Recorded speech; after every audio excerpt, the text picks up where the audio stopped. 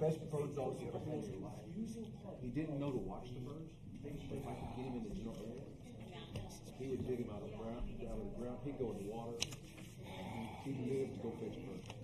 He'd do it. There was such a high energy dog that he got there. And labs are sleeping under the truck, and English pointers are, laying in the water dish, and he's still running around like, what are you doing?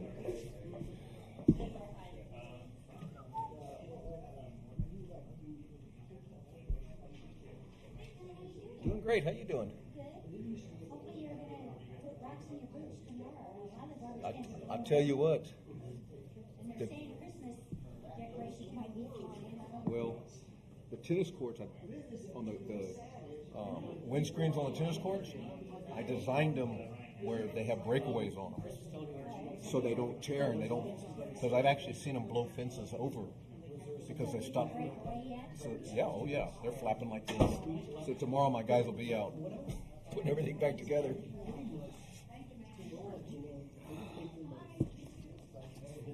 Sam, it's him.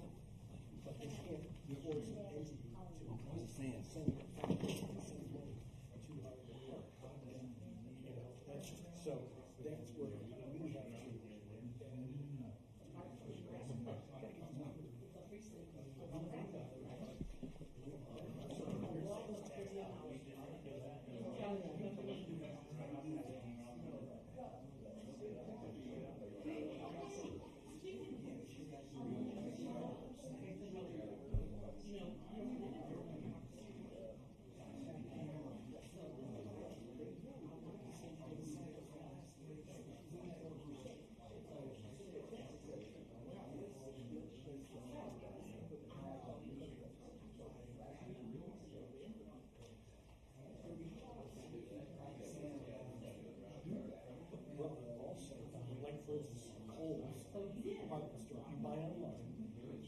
Go on the website, and you ship to address, it automatically populates to San Antonio, and you have to literally override it, okay? You can override it, and then put Hollywood Park.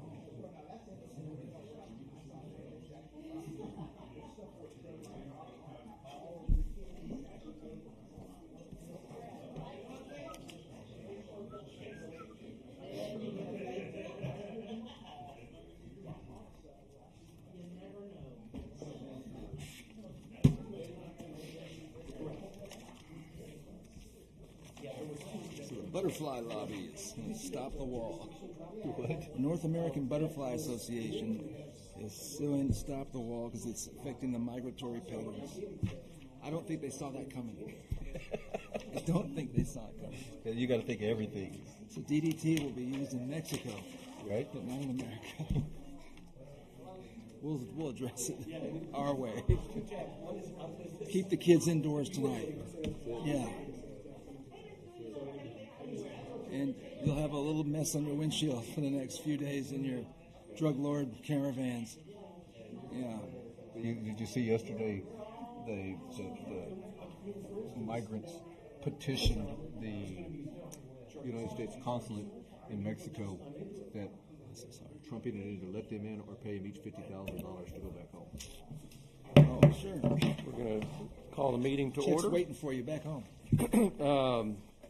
We're going to call the meeting, the EDC board meeting to order. Roll call. Tom Sims. Julie Chudnow. Mike Drury. Justin Dolly. Okay, we have a quorum. The item number 3 is to accept the minutes of the 11:15 meeting.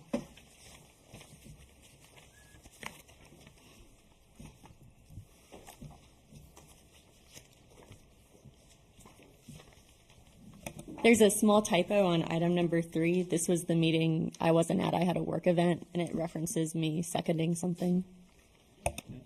Nice.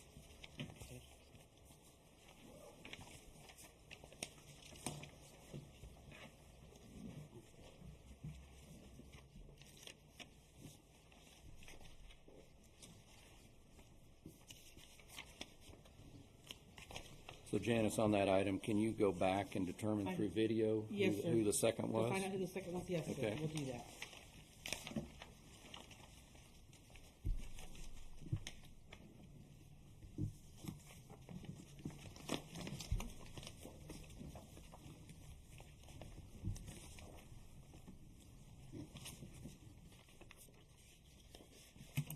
With the exception of the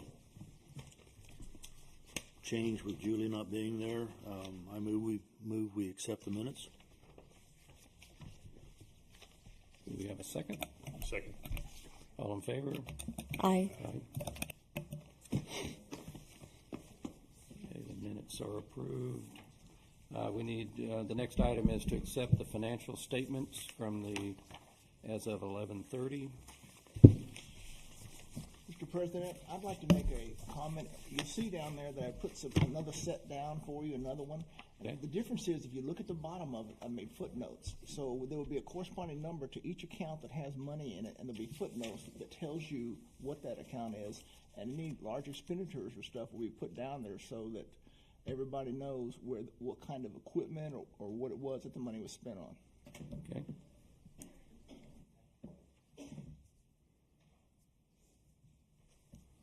And then those are referenced in the parentheses up in the actuals. Yeah.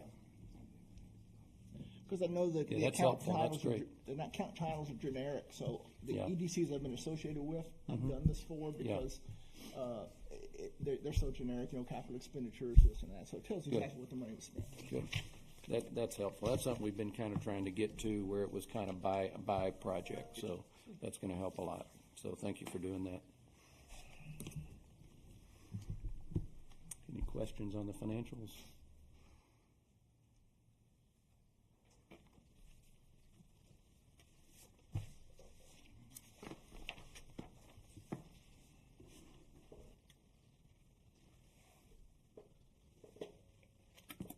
So what are all the capital expenditures in the current year? What are all the capital expenditures? If you go, did you have one of those? Maybe I missed what Item when you 5 were telling over us. here.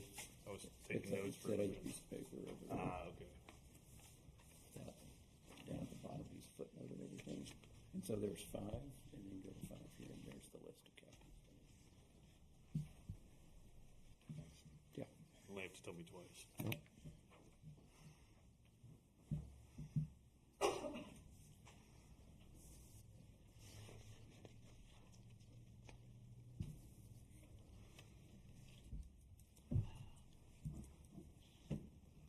So you have not received all the invoicing on the clearing, right? Pretty much, you have not received all the tickets on the clearing then. Okay.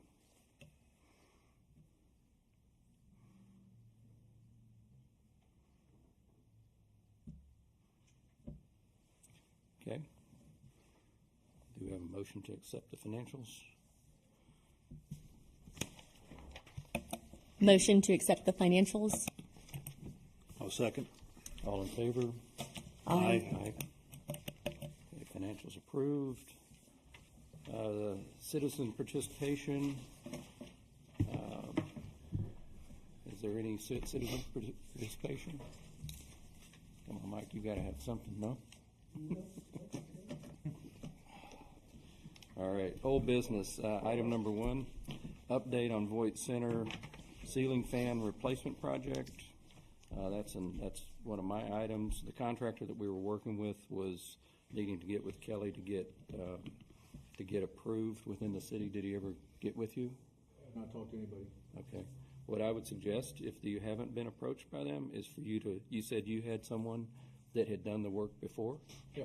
Is go ahead and get with them and get a number from them. You wanna just let me do the project? Yeah, I mean, I'm fine with that. Why don't you just get a number and get back with me, and Okay. and we can kind of coordinate on that? Sounds good. Okay. Yeah, they were to get with you and get all cleared. I think what it was is they were kind of almost doing it as a favor, and then when they hit all the obstacles of getting all the approvals, they were going to end up losing money doing it, and so Right now, contractors are so Yeah. busy yeah. that you gotta Yeah. get them with a stick to get them. We were doing it just to hustle it to try to get it in front of the tournament, but when we hit all those hurdles, then it really, the timing isn't critical to us. So Sure is. yeah, it's really not important at this point, timing wise, but that's great. If you want to go ahead and take it, that would be great. All right, item number 2. Discussion comments, citizen comments? Any discussion? Okay. Item number 2, update on previous approved pool repair project. That's a Kelly mayor item.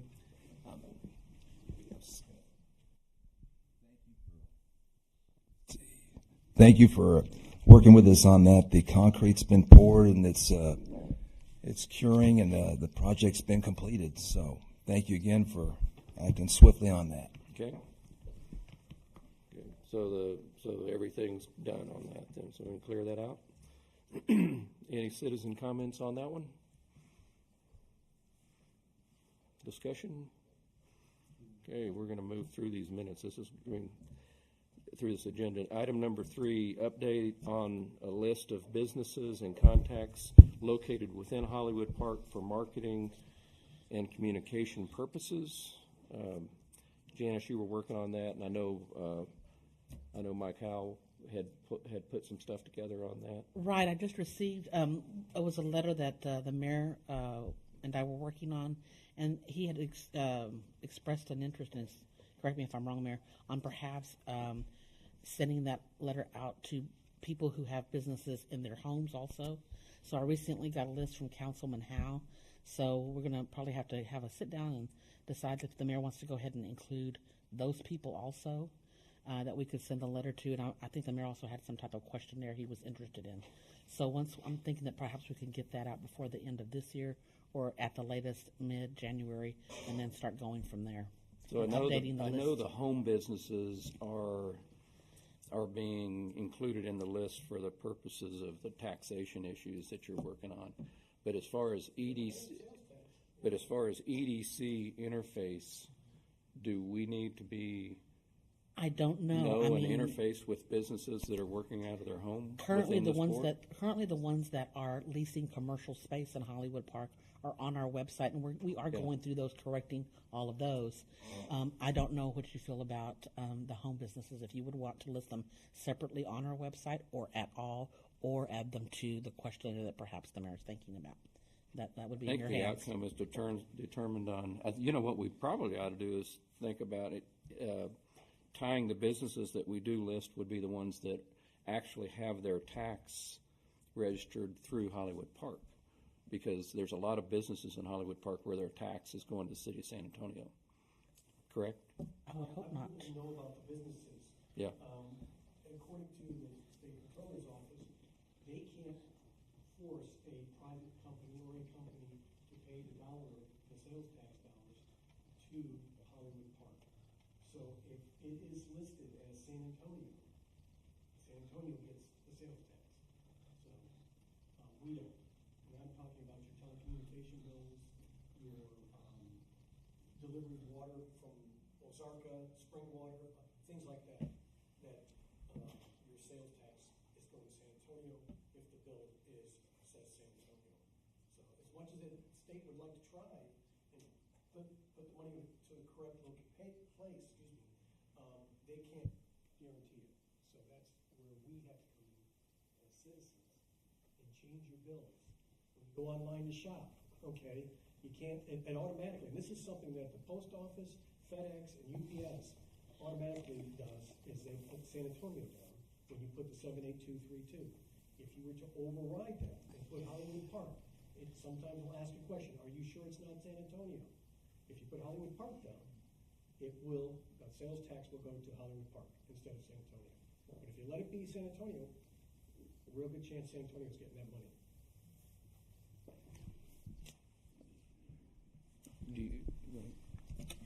That's fascinating. I never knew that, but when I shop online, it always auto-corrects it to San Antonio, and I do change it to Hollywood Park.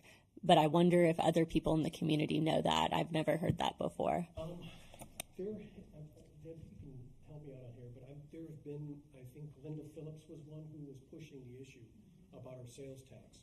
And the more you dig into it, it really is interesting how people don't even think about your AT&T bill. It says San Antonio. Well, guess who gets the money? San Antonio.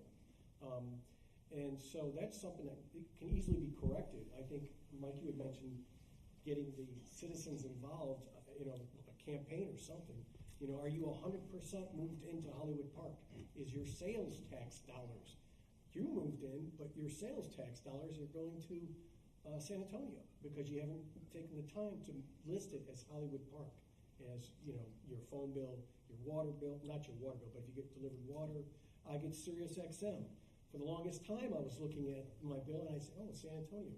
And there's a city tax right on there for that. And if you change it to Hollywood Park will get that money. So that would be a really good item for this board to pick up and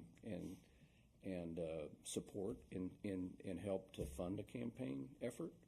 So, I mean, I really think that's kind of would easily fall within the role of the EDC as something that we could do to help drive revenue into the city. So, do you agree with that? I think that makes sense, and I'm curious if we can get some kind of report or data that shows what companies we're getting our sales tax revenue from. If we know that AT&T is a big source, then maybe we send an email in a communication saying, check your AT&T bill. I think we could put something in the Sparks to bring the attention to this issue, and also the Hollywood Park email address or the. Get connected. Yeah, thank you. I never knew that.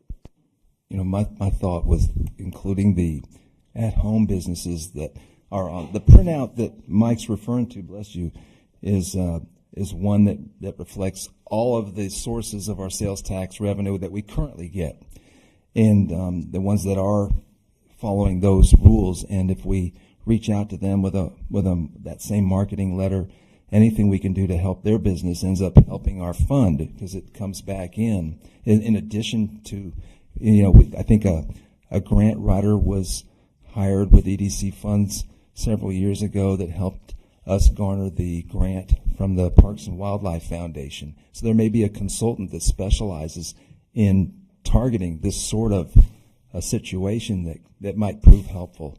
But that was my interest. That was the reason for my interest in including all of the contributors to the EDC tax base and just reach out to them, and you know, anything we can do to help them grow helps us. That was the extent of that. Well, thank you for all the research you've done getting it to this place, you know, in terms of trying to at least determining what the problem is. And so, you know, anything else that we may can do, please let us know as you're going. I'll tell you, the big thing truly is your online sales. Yeah. Your Amazon, yeah. It's really the residents. Yeah. Anything you're ordering that's being delivered to your house. Especially, we should have done this campaign last month. Yeah. Yeah, right. Yeah. But no, but everybody's really dialed into online sales now. So, what were you going to say, Lynn?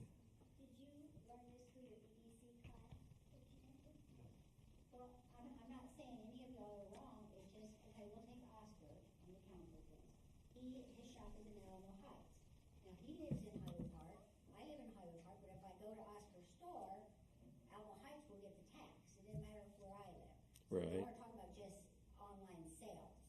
Well, your phone bill, okay, that is listed for your house, there's a city sales tax on there. And it's the sales tax is being collected, AT&T is going to pay for what account you're in. So if you say on the bill it says San Antonio, AT&T is going to give that money to San Antonio, not Hollywood Park. Oh, see, I thought they paid tax, sales tax for wherever they were located, whatever city they It's were located. telecommunication, it's your, I think the money that's collected is going to be at the billing where you're being billed at. So your mobile phones, your home line, all that would be, sales tax would be for Hollywood Park. What about for Amazon? That's Well, the state can't tell Amazon to pay, and they certainly can't change UPS and the Postal Service and UPS, FedEx. So you physically have to go in there when you're ordering and override that San Antonio box and just put Hollywood Park down. Sometimes they'll say, for some reason I got Hill Country Village, you know. So, but you just got to be, you know, vigilant about Hollywood Park.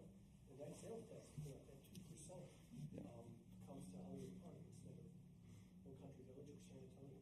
I was hoping we can get maybe Mike and Chris to do a poster standing in front of the city hall in San Antonio, Yeah. looking all nice and shiny and new, saying, this is where your sales tax dollars are going. I was just kidding about that, but I think it would make a big statement, where do you want your money to go? Well, it also, what I'm thinking is you have all these businesses that are here in Hollywood Park, and these restaurants, and just take Starbucks for example. Look at how much sales tax runs through that little store, one little store that resides in Hollywood Park. The sale is happening in Hollywood Park, and if the sales tax revenue off of that store can land in Hollywood Park, and maybe it already does, I don't know. Yeah. So do all the businesses pretty much capture within Hollywood Park? A lot of the commercial businesses. What about the energy company? That's a good question. Now we have to look them up by the parent company, Yeah. And I don't know. But the general retail type businesses, the restaurants and bars and retail operations, that's a pretty clear cut direct benefit to our sales tax base. Yeah. So it's almost like there needs to be an analysis, a survey through the whole tax. First of all, find out who's already paying tax within Hollywood Park, and then what businesses in Hollywood Park we don't see any tax revenue happening. Then there needs to be some research on those. So there's the business side, but the biggest one probably is what you're describing, Mike, is the home. All the costs, all the expenditures that happen out of each of our homes. Because I'm pretty sure at my address, there's a whole lot of San Antonio stuff flying out the door. Because we never even thought about this. It'll say sales tax right under there, city sales tax, local Yep. tax. Yep. And that's what you really want to do. And the state said they can't really force them to do Yep. it, as much as they'd like to try. But I think they're looking to get their money and you worry about your money. I know Yeah. one of my phone bills, I think it's my Sprint bill. It says San Antonio, but the taxes are going to Hollywood Park. It specifies that the local tax comes to Hollywood Park, even though my address is San Antonio. So, I don't know. Okay. Cell phone? Yeah. Maybe they're going by the town. Yeah. If you look at the back, like I have AT&T, it actually says on the back that just based on your phone, okay, the location of where your phone is on the AT&T bill. That's where the sales tax. So I saw that and I was like, oh, that's good. Well, this has been a really interesting discussion. The key part of this, the reason we wanted this list was really just to be able to reach out to these businesses and build an interface relationship. And so, but this is certainly a key discussion in that relationship. So, Janice, do you think the next meeting that might could be assembled, or you What could be assembled? like this, like whatever the business listing, or The people that currently pay taxes in Hollywood Park? or just the businesses of Hollywood Park? It's like a lot of the board here doesn't know who all. Like I said, we're currently working on it. I won't try to get it done by the end of this month, but we're going to shoot Okay. for it. Okay. Well, just do what you can. But Okay. yeah. Any other discussion on item number 3? Okay. Okay. We're into new business. On the new business items, we would like to skip down because we have Lieutenant Williams, the assistant chief, needs to get on a fire truck and play Santa Claus. So we need to move to item number 5, E. And that would be the purchase of police car camera system for the Hollywood Park Police Department. Is that the one that we're needing to accelerate here? Yeah, great. Thank you all for the Santa thing, first of all. We have Yes, you have grandkids to turn coming it on to like town that. to. Mr. Drew, you just need to turn the, there you go. Hello, I'm Lieutenant Williams. I'm the patrol lieutenant here, and I'm not playing Santa Claus yet. I'll be transporting Santa Claus and Miss Claus. We've been doing that the last 3 evenings this year. And this is Sergeant Bass. He's the technical side of what I'm going to ask for and what I'm going to try to explain to you tonight. He does a lot of the installations, and mostly when it breaks, he fixes it. So if you have any technical questions, please address them to Sergeant Bass. I assume you all got the letter. And Chief Pritchard wanted me to tell you how bad he felt not being able to present this himself, but he had a quite urgent and very important event he had to attend tonight for his 8-year-old daughter. And It's that time of year. You have to do those things. Did you all get the letter that he put out? It's December 7th, and it pretty well explains everything. I can read the letter to you, but It's in that packet. So. You're going to go to the section that says police department.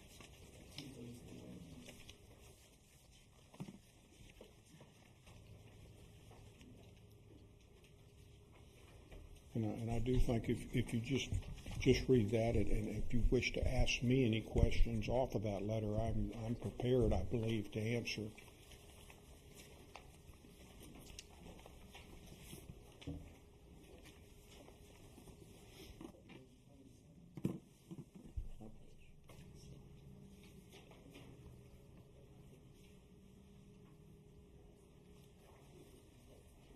Did the puppy delivery go well the other night? The puppy delivery with the Santa visit? Puppy delivery? Yeah. Are you guys aware? There was an additional request made by a resident that included a puppy. Well, it wasn't in my delivery. Okay. I assume it did. We deliver lots of, I've gone all over the state with puppies, delivering them. Puppies? Wow. Okay. That's another. If I could ask a technical question, it's technical to me. It's probably not really technical. Yes, ma'am. Chief Pritchard, when he was here previously, he told us that the storage needs on the video systems are really important. You record the video and you have to store it. Do you guys have the storage that you need for these cameras already? Currently, the co-band system, we've probably used or storing about 1/3, maybe a little bit more of the capacity. This newer system here that we're proposing, actually their video storage is probably about half of what we currently use. So right now on storage we're good, and but we're capable of expanding to that if we need to.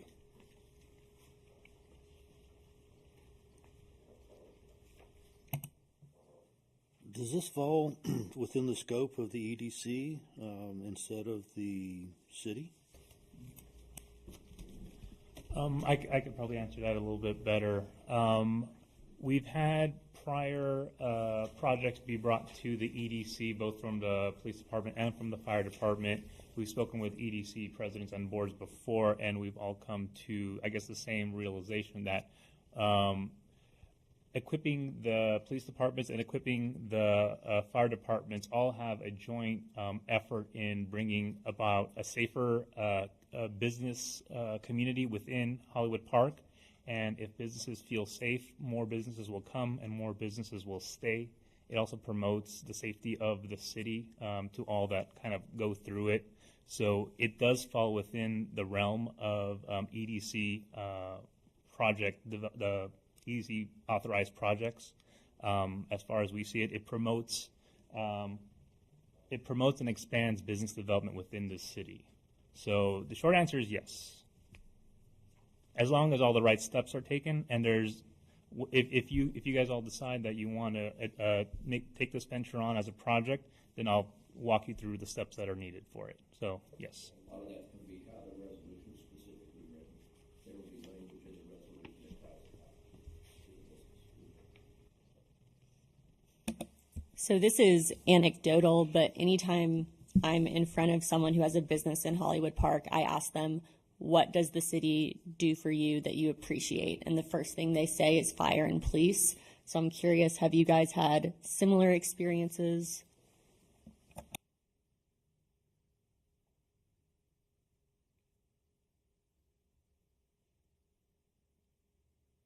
You know, I believe the quality of our police and fire is one of our biggest assets in this community, and so you know, I'm also all in support of any police or fire request that we have the budgets to reasonably support without exhausting our budgets. So.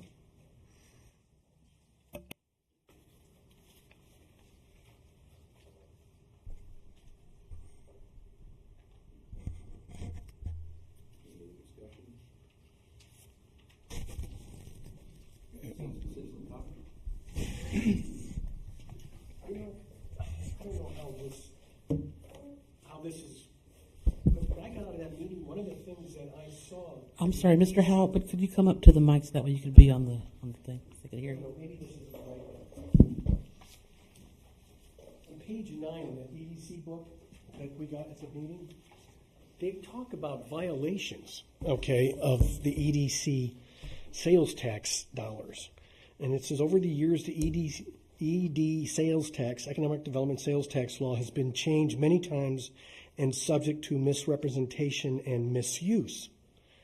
So I don't know if this is right or not, but the way I was reading this, it says, cities have used the ED sales tax proceeds to build city halls, fire station antennas, buy police radios, build single-family homes, all in violation of the act. So I'm kind of confused. We went to this thing. Can we use the EDC money, like you said, to do this when it says right here it's a violation?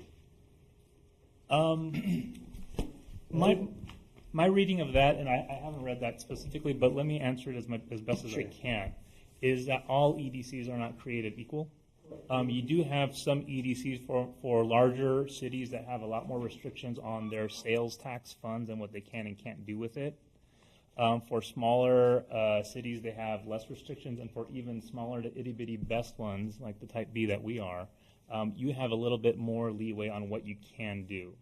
The main authority that the Hollywood Park EDC gets its authority from, or the main code, is Local Government Code 505.158. And what that authorizes, it authorizes towns that have a population below 20,000 to expend funds for new, and I wrote it down here specifically, for new or expanded business development.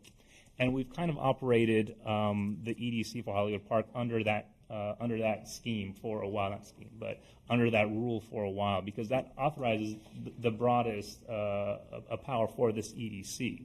And not only does it authorize it, but it kind of states what you can and can't do.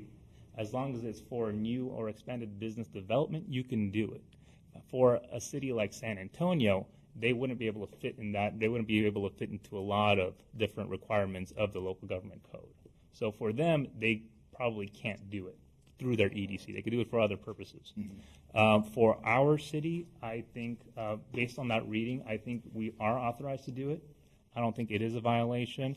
As long as it promotes new and develops business enterprises within Hollywood Park, and you've heard Ms. Chudnow mention how businesses do appreciate the police and the fire presence, and I know our office gets police presence regularly.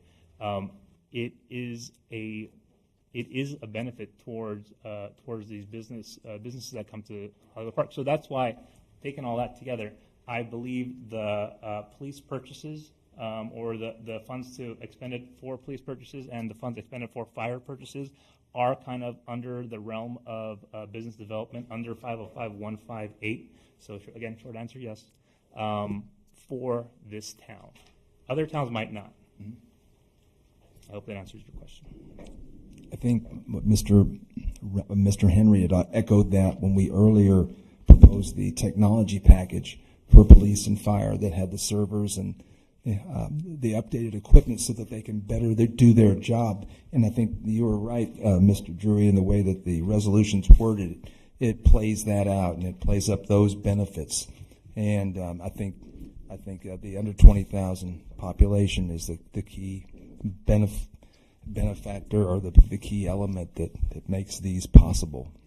We really won't vote on this item tonight anyway. All we're going to do is determine whether we obtain a resolution. Mr. President, and the chief wanted me to reiterate and express to you, this is a kind of the final cap on what the mayor just mentioned. First, it was a server. We've expanded that. We've already purchased body cameras. We're from the same company that we're looking to purchase our in-car, and all this is state law mandated. We have to have it. It's just a matter of how we acquire it. It's not something we want or pie in the sky by any stretch. It's state law. We have to have these things for racial profiling purposes. And he wanted me to lastly let you know that we are asking for an amount not to exceed $35,000. Now that's a little more than what's on here, and the reason for that, we've experienced when we did the server, we did the body cameras, there's always something that we just cannot, we don't expect. We get hit with something that we didn't expect to get. You know, after the companies have come in and gave us their pitch, we've checked with other cities throughout the city. I mean, other cities within Bexar County and throughout the state that are using these products. We've done extensive research on this, but we always find there's something that we weren't expecting. You know, $50 here, a new cord, we need a new screen, we need something when we're putting this package together. And this is a drive-out, for lack of a better word, package that will be installed in these patrol vehicles. Thank you for your time. We wish you well on your truck ride tonight. Well, thank you, Mr. President. I wanted to ask, could you, if a resolution is written up on this, can you run that resolution by the state controller's office and get it? I mean, is that out of, if it's something that's kind of on the line? Well, with the state comptroller's office, they don't really come into action when you're talking about spending. The state comptroller's office main purpose regarding EDCs is they're really interested on when and how you're collecting state taxes and how it gets funneled to Hollywood Park. They're at the front end. They're not really interested in the back end. Now, that's not to say if someone sends them something that says, well, you know, someone is siphoning off some sales tax funds from the EDC, they won't get involved. But their main goal here is to protect the funds that are coming in and making sure it's dispersed. And we had a call in with one of the general counsels from the comptroller's office yesterday, just on this matter, just to see how they would get involved. So I understand you're concerned about that. If you do want to have a resolution run through a proper authority, we can try to get it through the district attorney's office. They would be the ones that would be more inclined to investigate things like this. We can reach out to them. I don't know how fruitful that conversation would be, or if they would get back to us in time. But we can take steps to make sure that we are okay with the DA's office. That would be I believe, the person that you guys would be more interested in, rather than a comptroller.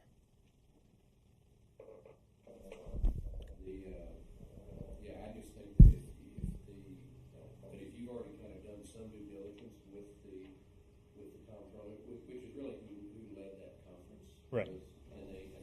I thought they were the governing body over the EDC. Well, they would be the tax collector, so they'd be the best person to talk to regarding getting the funds. So I understand why they were there and why they were making those statements, which, I mean, they would be the most important people in the room. They're the ones that have all the money. So, but the enforcement arm of that whole mechanism would be the DA's office. So we did some phone calls and some inquiry with the comptroller's office. So on that side, I think you guys are pretty well covered on all bases.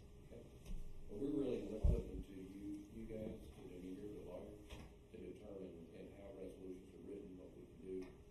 So if you're saying we can do something, then it's a question, is this something that we want to do?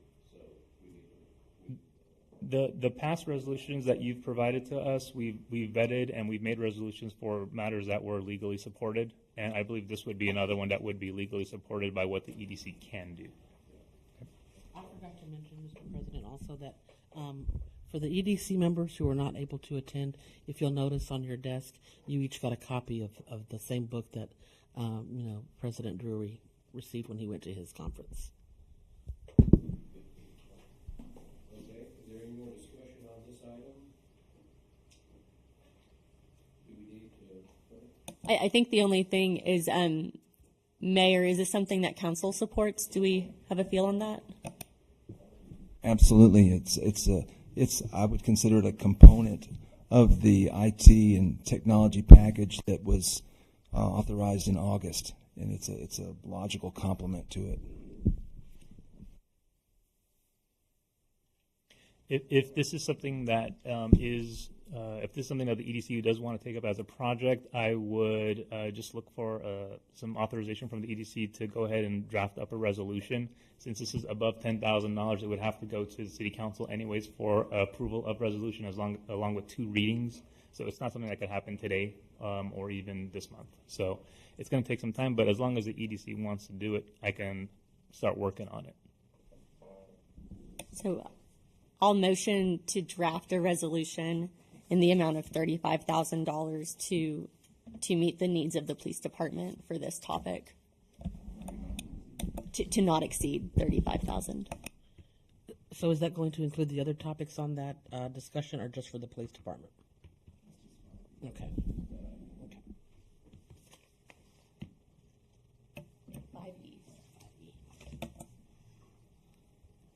Right?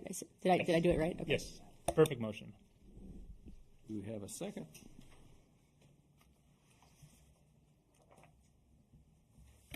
I'll second. All in favor? Aye. Aye. Proceed with the resolution. Thank you. Thank you, guys. Thank you. Okay. Drive safely. Okay. Back to the new business. Item number 1. Let's go talk about Hollywood Park City Council Mayor inquiring concerns regarding the permitted scope of Hollywood Park EDC business and use of EDC restricted funds, issues related thereto. This is, I just asked Mayor Murphy come through that saw emails fly last week on this, and so I just wanted to, there was a council meeting, just kind of get where that all stands. Sure, thank you. Again, I appreciate you and Ben in participating in the workshop, as well as Councilman Howe last week. I wanted to be confirmed and find comfort in the way that we are trying to use the EDC, and I did. I thought that the rules continue to work in our favor, and I think Mike Howe touched on in the conversation with me about they touch on quality of life issues for the residents in quality of life projects, and that's where police protection, fire protection, and amenities like our parks and our common areas qualify with quite a bit of liberal. The rules are a lot more liberal for towns under 20,000.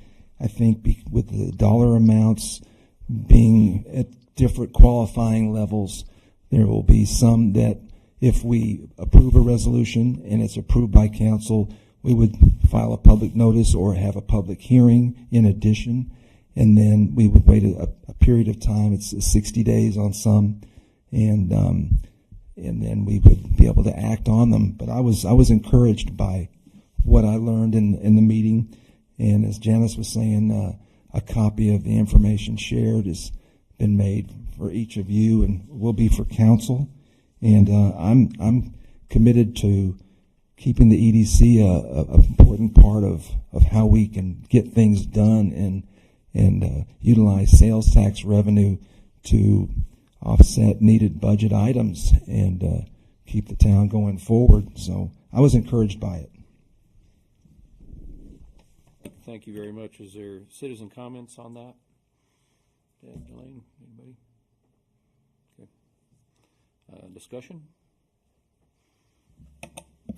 So I'm curious about whether or not we're able to have a workshop type thing with City Council. So when I read the Articles of Incorporation, there was a big emphasis on communication between the EDC and City Council. I know you guys have had budget workshops. Is that something that we're able to do? Like, is it a quorum issue or?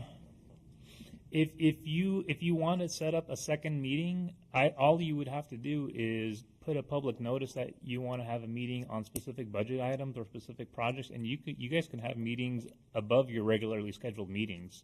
that what you're asking about? Could they be with council too? They would, as long Okay. if a majority of council or majority of EDC will be present at any of these things, there should be a notice placed that, a quorum notice, like we have one today for the city council for here today, just like that, just to say the whole quorum of the city council or the EDC will be present for this purpose, for discussions on specific items. Then yeah, you can have those kinds of meetings if you want to, and we do encourage communication. Your executive director of the EDC is the mayor, so you have a little bit of a tie-in there to the city, and as well as most of them are here too. So that would be my discussion point. I would be interested if city council is on having some kind of meeting where EDC and city council can meet together and talk about what kinds of projects do we want to do, what strategy do we want to follow for the coming year. I'd be totally in support of that, and I think once we get through the holidays and I think it would be useful and productive, if not in January or sometime early next year. I would be all for it. Mr. President, is that something that you and Mayor Murphy can set up? Yeah, I think we'd be happy. I'd be happy to get that set up. So, I'll get with the mayor and we'll get something scheduled. I like the idea of the workshop setting where it's not as formal like we do for the budget stuff, where we're sitting around the big table and it's just much more informal. I think it's more productive to conversation that way. I think it's a great idea. And snacks and chocolate. Okay. We will send around a notice on get that schedule and get a notice sent around. Okay, anything else on item number 1? So item number 2 is report on the Texas Economic Development Council sales tax workshop. That's just kind of in the same discussion. What I wanted to do is really there was one, first of all, I think that we are really on track from what I could tell on the types of projects that we have discussed and been working on within this city. We're fairly limited in Hollywood Park as to the kinds of projects we can really find to do, but the projects that we have talked about are really fall within it. And if you go to your booklet on page 9 under the permissible projects tab. It's the orange tab. Yeah. The second orange tab. Yeah. So page 9 of that, there's section 505.152, projects related to recreation or community facilities. For the purpose of this chapter, project includes, and these are all projects authorized under the Type B EDC, which is what we are. So it says, for the purpose of this chapter, project includes land, buildings, equipment, facilities, and improvements found by the board of directors to be required or suitable for use for professionals and amateur sports, including children's sports, athletic, entertainment, tourism, tourists, conventions, public park purposes and events, including stadiums, ballparks, auditoriums, amphitheaters, concert halls. Excuse me, Mike, could you tell me, facilities. I'm sorry to interrupt, what section, our copies aren't color-coded. I'm sorry? It's under the permissible projects. Okay. But anyway, what I'm really getting at is parks and park facilities are down within this list. Another thing is roads and streets and related roads and streets and sewer facilities are all related within this list. And one of the things that was really said at this meeting was that just about any kind of almost public work related project could fall within with good legal support and how they said if you have good creative resolution, you can really accomplish just about anything you want to accomplish. But the parks but the park projects are all clearly within the realm. Sidewalk projects, I thought earlier on that we couldn't do sidewalk projects. We can do sidewalk. In fact, a lot of the photographs we saw were sidewalk projects. So I was very encouraged by the conference. Mike, I think that goes under the quality of life projects that they were talking about. Especially like sidewalks in downtown, there's weeds growing all over it, right, shifting and everything. So that's where I think those projects can be done under that. And of course, they did say having a fantastic attorney wording the projects correctly. And we have that. So. And waste treatment and water treatment, it makes it sound like a septic tank for Triangle Park. This is definitely a possibility. Right. Yeah, it's a very big possibility. So another item was there was an item that all projects need to go by City Council. Well, when I talked with our attorneys, we've been tracking anything over 10,000 goes to City Council. And I got the impression from the conference that everything goes to City Council, and so Artie, could you speak to that item? Yeah, and I'll speak to both that the mention of 505-152 regarding all the parks and stuff. Okay. Sorry, can you hear me now? Okay. Our main thrust of all the projects that we've been proposing to the EDC, or we've been working with the EDC on, lands squarely within 505-158, that under 20,000 population bracket. And the EDC codes are kind of bracketed off like that based on different population numbers, based on what county you're in, based on whether you're abutting a waterway. The code makes specific recommendations of specific citations as to those little things.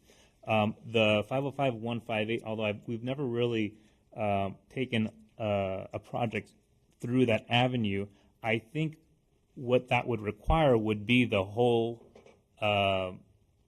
basically everything would be required for that kind of thing, whereas the projects under 505-158 wouldn't have such requirements. So when you're talking about sending a project approved by the EDC to the City Council, I think you're talking about an additional requirement. Waiting that 60-day period, you're talking about that additional requirement. All those little things that go with regular projects don't fall within 158, but do fall within 152 and 153 and all these other projects that are listed here. And so there's an added requirement for the EDC for those projects. Since our city falls under 158, under the 20,000 population bracket, we've kind of flowed everything through and found legal support for the promote new or expanded business development aspect of it. So those have worked so far. If you do want to go through the 152 channels, I just need a little bit more time to figure out how to exactly go through it, but I would believe that would require the full onslaught of all those extra requirements. So if we stay within the 158. If you stay within 158, you're kind of in a good comfort zone because your city fits right there. It fits perfectly in that spot. If you want to venture out, you're going to start having those extra requirements, and then I'm going to have to have a little bit of extra scrutiny there with the projects that you want to do. And I don't want to write a very elaborate resolution that makes it fit. I'd rather the project fit within the law rather than the other way around. So under the 152, they were saying everything needed to be public hearings and 60-day waits. Correct. They're saying that we're not subject to public hearing on everything other than the meeting, the meeting documentation that occurs at EDC and council meetings. Well, yes and no. When you're talking about public hearings, when you have a posted notice item on an agenda with a place where citizens are allowed to come and participate, that constitutes a public hearing for that section. So are we having a public hearing right now? Yes, we are, because the citizenship can come and participate in this discussion. So that's what public hearing constitutes, and this is one. So if you're required to have 2 or 3, whenever you have an agenda item and then citizen comments or citizen participation, that counts as a public hearing. So the way we do the EDC here in Hollywood Park, we kind of incorporate that already into it, so it's almost automatic. So we do away with a few of those requirements there.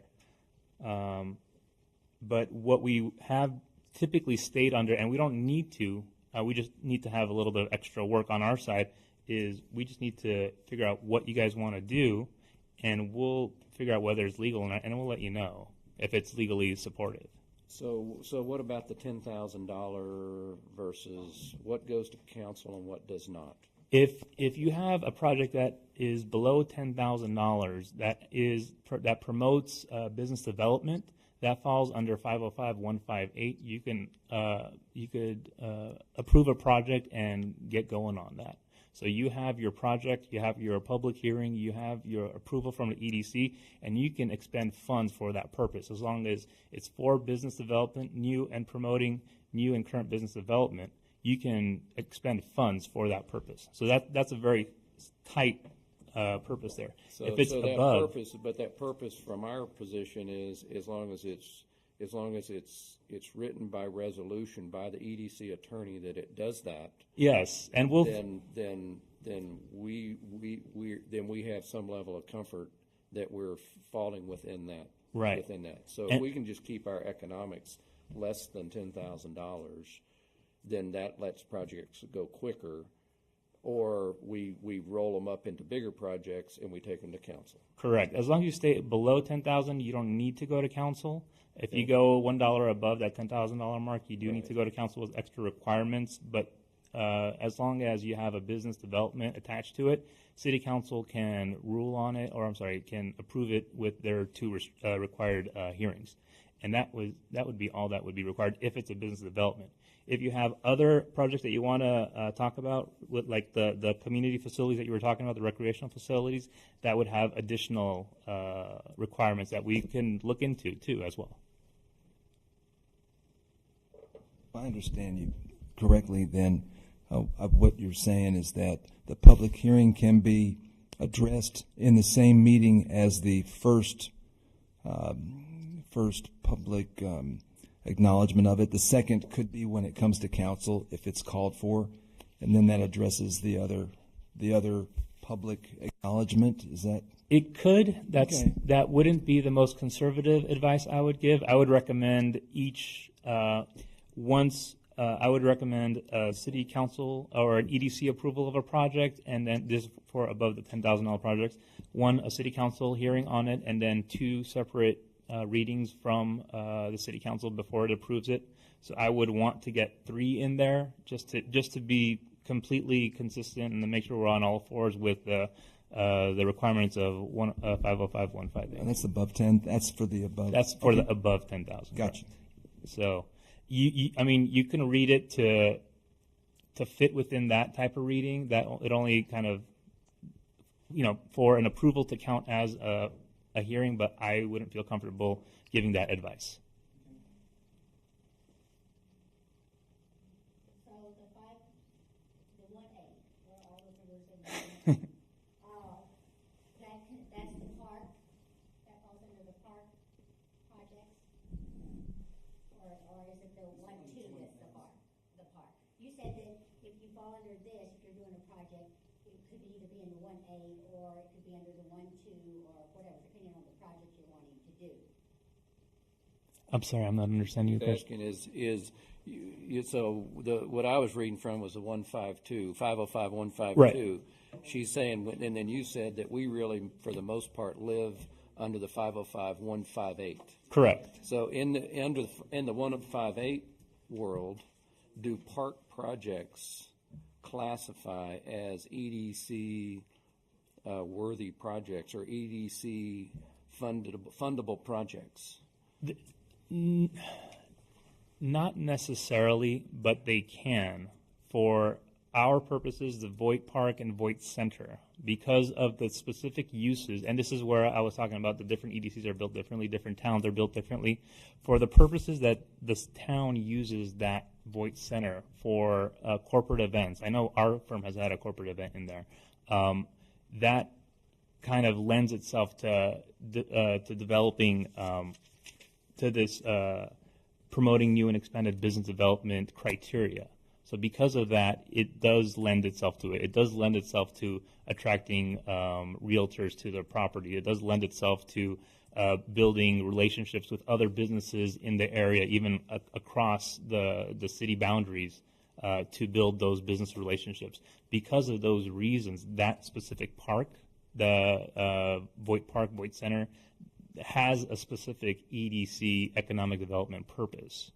So for those reasons, our firm is But there's more comfortable here. There's a lot of other parks in consideration around. There's the Pocket Park, there's Right. Triangle Park, where there are improvements being talked about and discussed in those park areas. There's the Front Gateway project. There's some other projects around the town. Each of those, what I took away from the conference was that the attorney can creatively find ways to make almost any project fly if there's a way to tie it to business. And That's correct. As long as it gets tied to business, Yep. yes. I wouldn't want to be as creative as possible in doing this, because the person that essentially rules on it would be you guys. I want to keep you guys within the confines of Chapter 505 of the local government code. So as long as a specific project meets all these criteria, even if it's 158 or 161, I'm sorry with all the numbers, as long as it meets those criteria, the EDC is authorized to act. So I would just want to make sure the EDC has a proper project in front of it before it acts. Yes, ma'am. Okay, so if they have a project that's less than $10,000, and they decide that they want to go redo the landscaping at Voigt, how is that possible that they can do that and then just go do it without coming to the city and having that approved? How can, I mean, that would be making physical changes.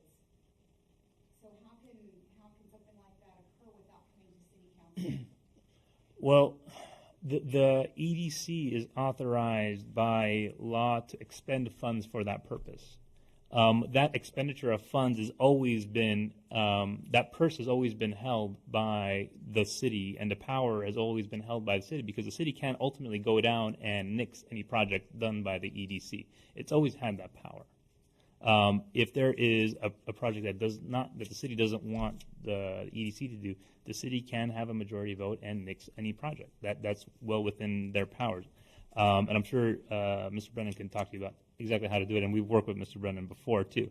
But before the EDC acts, I know we take a little bit of time to reach out to the city council to make sure everything is working for both of these entities before they act. Am I wrong? No, you were saying if it was under 10,000, they could just go. Well, they could expend funds. So the EDC is authorized to expend funds. But not carry out the project itself. If the EDC is authorized by the city council is essentially the people that put the board members on this board. So there's a kind of a inherent authority given to the EDC to go out and act on behalf of the city for certain projects. As long as those projects meet the authorizations provided by the code, they can go ahead and do that.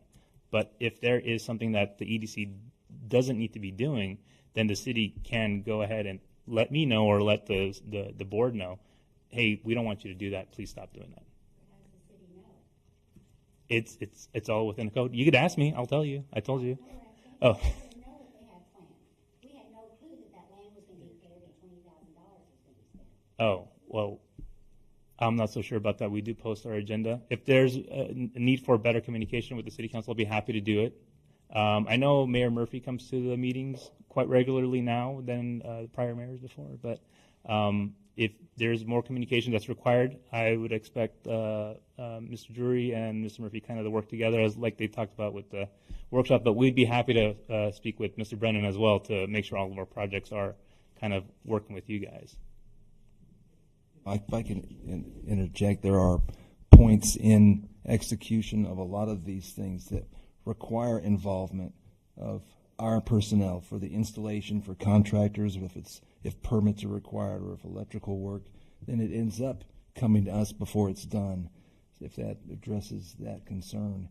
A lot of these things end up requiring teamwork on both parties' part to carry it out. So yeah, I don't think a lot of the things you're thinking might slip through the cracks would, and I think it's a way to execute more things more quickly.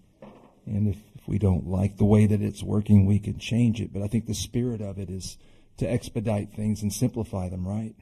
I think so, and I would advise the EDC against taking any steps that they feel that the city council would be against. That just kind of goes against the whole purpose of the EDC, acting for the benefit of the taxpayers here. So let me kind of speak to the clearing project. First of all, the clearing project, at the last council meeting, there was some concern that the clearing was a two-phase project. The clearing project, there was a cleanup. I don't know if you recall what the condition of that area was before anything happened, but it was just piles of debris. It was fallen trees. You couldn't even move through the space to even see what you could possibly do. So the project was basically two different projects.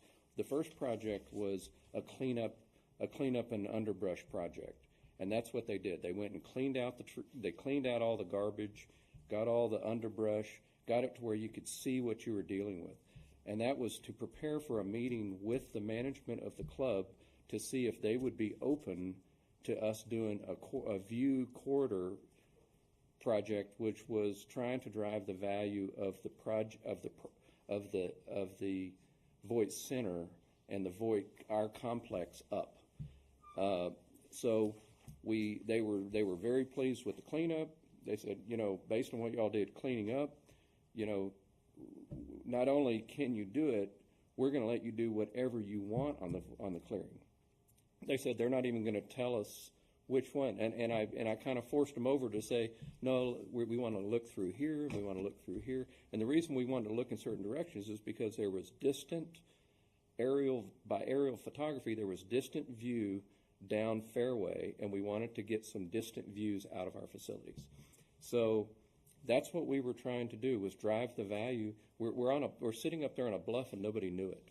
And so you've made a comment to me that you were concerned that we added value to the neighboring property and da-da-da-da. Well, we added no value to the neighbor property. They don't even know on that side, from the golf course side, they don't even know the clearing occurred. They can't even tell the clearing occurred. There was no value to the club for us to clear it. The value was we have a $6 million asset sitting up there on the hill that was looking at piles of garbage and looking into a thicket, and now you get some distant views. It's not overdone. There's still some natural area back there, but there's really some nice views out. And the realtors, when they were here at the golf tournament, several of them said to me, "This is amazing up here on this hill."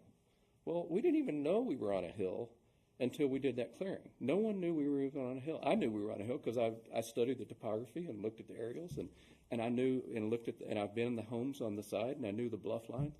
So that was the deal. So it was two different projects, and the second one was just getting the club to approve to do the clearing, and they approved it, and we didn't spend 10 on it. We spent about 7 or 8. And we've kind of held off on the last day because we kind of heard some resistance. So that's where we stand on that. But also, I'll say, in the whole thing about interface with council, the mayor is at every one of our meetings. If there's something that we're doing, that whole project, we never heard any resistance on it. We thought we were just doing a good thing for the city. And so if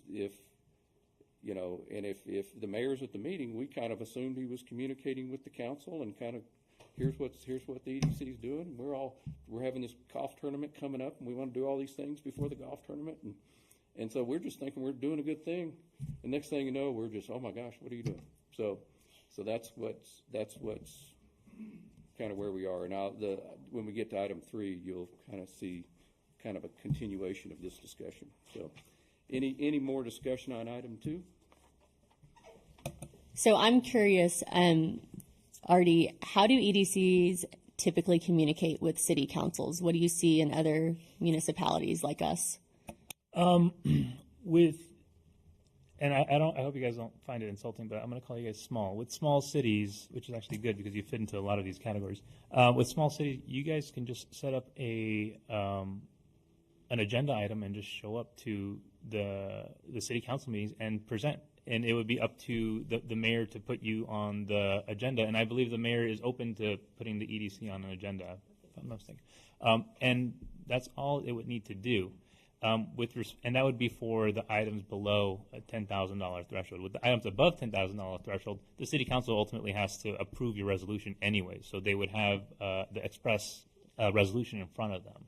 So you have that already built into it. But that doesn't mean I would advise against going to city council meetings. I definitely would go to them, if not make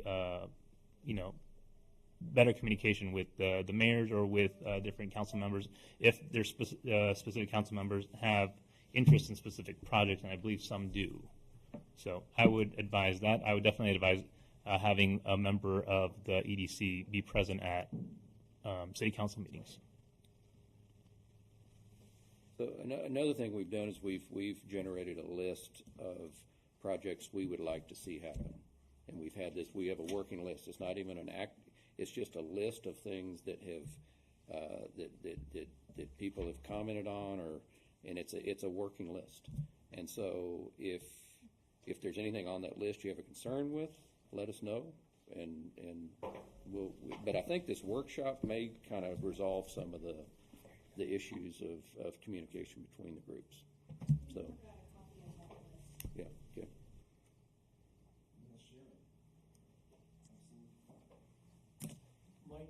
I want to kind of. There was one statement that one slide at the, and I want to hear what you said, but there was one slide at the conference that it was talking about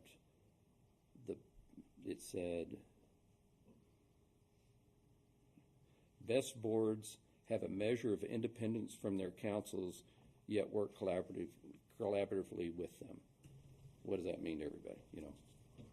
But the measure of independence, I believe, is significant. I think it's in that it should work. That this is one board and the council is another board, and we're working. But we're all working to try to make our city better. What were you going to say, Mike? The list of projects that you guys have, a working list, is there any way we can get copies of that? I know I have a copy, but I think Deb doesn't have one. Well, let's do this. I'll just bring it to the workshop, and we'll use it as a discussion point at the workshop, because it's not even something that everyone up here agrees with. It's just what I put up there as these are things we could pursue. Trying to get everybody thinking. That's all I was trying to do, is get our board thinking of ideas and thinking of projects. What's interesting is that, on this recent next door, you get these negative response. And so I turn and I say, what would you like to see the money EDC funds used for? And it turns up crickets. Nobody says anything. So if you don't have an idea of how you'd like to see the money spent, then don't complain about how it's being spent. That's my opinion. But it's, we need to be improving we have an opportunity to improve our city with these funds. And when I signed on for this back at that last election, which is another item, we need to elect officers within the board once a year. So we need to go back, Janice, to whenever I was made, or the officers were made president, or the officers were elected recently, and set that as a date, and then every year do elections at that time. We do have a date already, Mr. President. What was that? We do have a date already, and it shows on our, that's what I'm trying to pull up right here, our EDC. It was sometime we do it every year. It's every year. I'll pull it up here in a second right here. I'm looking at that. I think the workshop would be an excellent forum for the exchange of ideas and what you're describing. So I'm in favor of that. Okay, is there any more discussion on item 2? We're never going to make it through this agenda. I'm sorry, Mr. President. I just want to let you know it's in September of every year, and so that's when we have our elections. Okay, that's about when. That's whenever we do. Mm-hmm. Okay. Thank you, Janice. Oh, I'll get it. That's the turkey. Janice, that's Lyle's turkey. We get to eat it. Yes. Let's save it for the. nice. Let's save it for the employee. Did you bring a knife? Jeff, come back here. And nobody better have taken a bite out of it. Yes. Well, we were sent a notice earlier this week that a turkey intended for Lyle Larson was going to be delivered here for us to enjoy. So I called his office and invited them to come on Thursday to enjoy his turkey, but none of them showed up. So at least I reached out, you know. All right, so to item 3, discuss and take possible action on a Voight Park landscape entrance. On this item, at the golf tournament, I had a visit with Kelly, and in that conversation, we basically, it was kind of let's work on working together. Let's see if we can work better together, and and it was a real cordial discussion, and there had been some tension because I'd pointed out stuff around town, and it it was the way I handled it probably could have been better, and so and I've apologized a number of times, and but anyway, what I want to do is go through is circuit through. Following that golf tournament, I sent a note out, and I sent a note to Kelly and Julie, just thanking them for all the effort they put into the tournament. Julie, you did a great job presenting our town. You are now officially the ambassador for the town of Hollywood Park. I made you that. And then I went on down and I said, Kelly, as a follow-up to our conversation we had yesterday on working together, I would like to schedule a time to meet with you and Ryan Schultz with Schultz Landscape, who was helping us with the clearing, and to discuss a joint strategy for some possible Hollywood Park landscape improvements. I would like to do as much as we can with your team and involve Schultz only as you feel they are needed. The first joint project I'd like to address is the Voight Park Gateway. And let me explain. I'll explain this in a second. But if you know the neighbor of the adjacent property, please let me know their name so I can contact them and get their thoughts on possible right-of-way improvements to their driveway. And then I'd like to see if we can integrate the beginnings of an El Portal sidewalk into the solution. So then the next day, we had a council meeting coming up, and I was trying to get some kind of resolution and some funds put together for this. And so I sent a note back to Kelly. I said I wanted to follow up to see if you had an opening to meet with Ryan and I to work together on a Voight entrance landscape. I wanted to add a budget resolution, and and I'd like to see joint projects is a workable option for other projects going forward. And then I get a note back, thanks for reaching out prior to the meeting from Kelly. Prior to the meeting with an outside vendor, I would have to defer to the mayor for guidance on what he wants done before moving on with this meeting. So I said, let me know. It will tell me if EDC should attempt to work together with Public Works going forward on development of projects for resolution consideration. I wasn't trying to get the project done. I was just trying to build a resolution. And as a result, I really never got the meeting. So what I would like to do is suggest there's a zone between the sign at Voight Park and there's a wooden fence that blocks the sign, and everything in front of the sign, there's no landscape.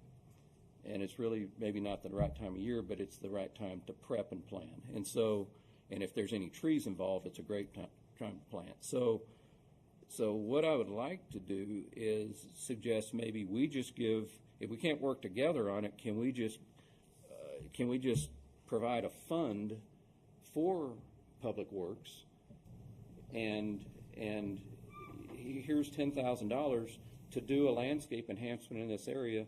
You go do it and see what you can do on it.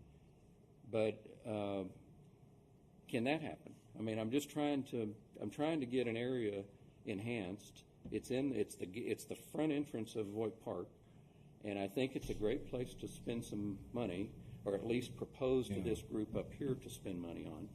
And I'm just trying to get a resolution built. But I can't, and I'm trying to cooperate with the city, but I can't get the cooperation. So how do you suggest I work forward on this?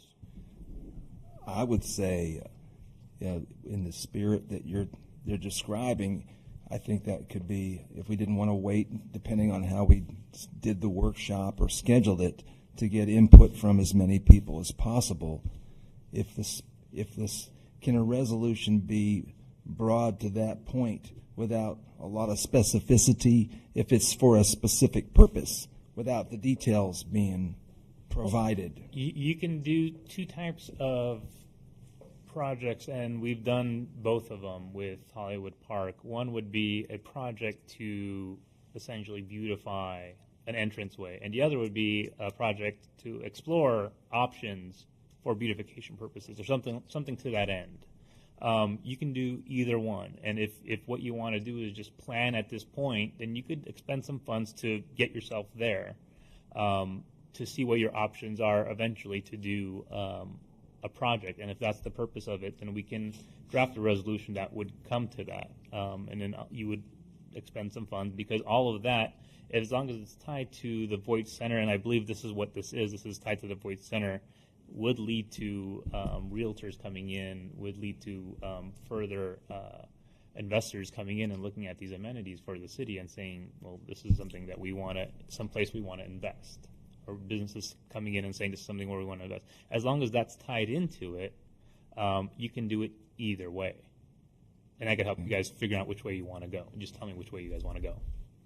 In the same spirit where we can use EDC funds to underwrite consultants or experts in certain categories, if a landscape consultant was paid for providing us with a plan that Public Works could carry out or could be funded for installation and execution by an outside company, is that could fall within the realm also, couldn't it?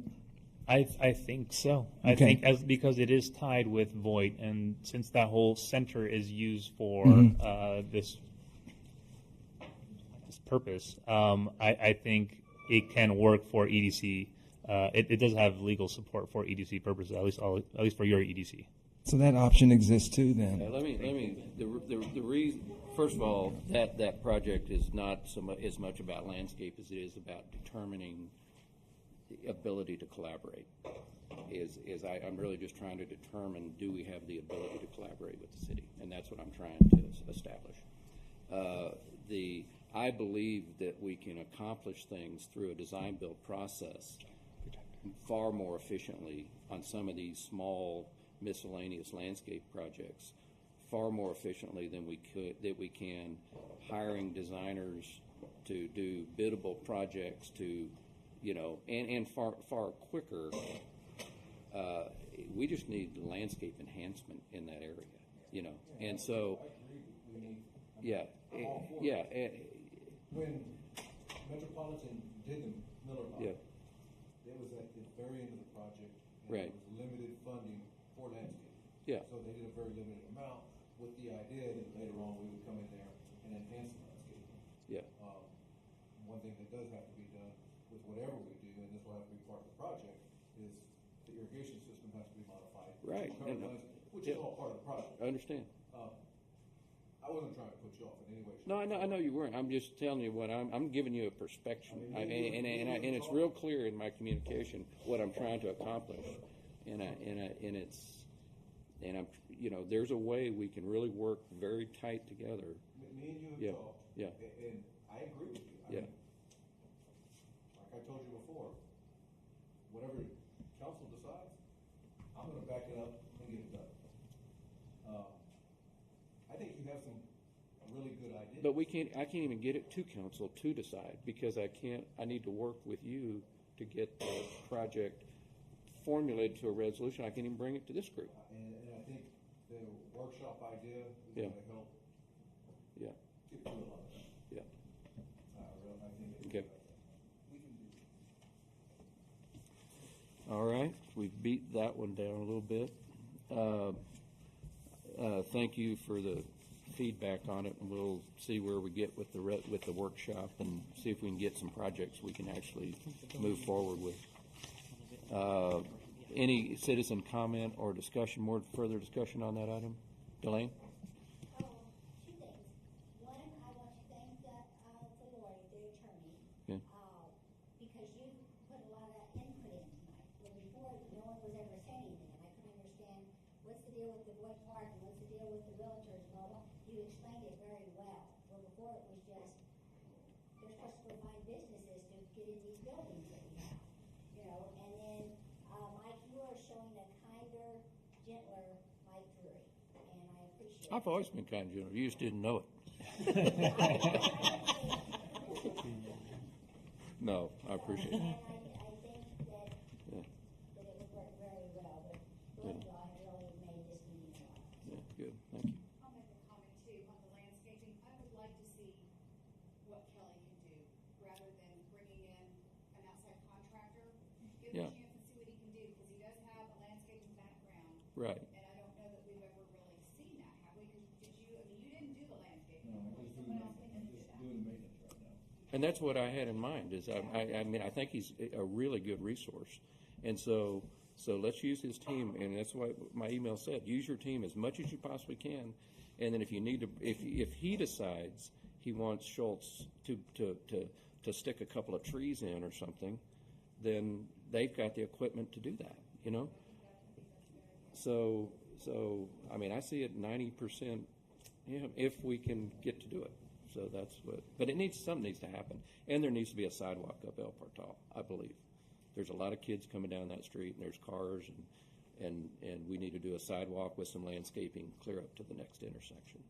That's what I believe, but that'll be a workshop item. I'll take that off today's discussion.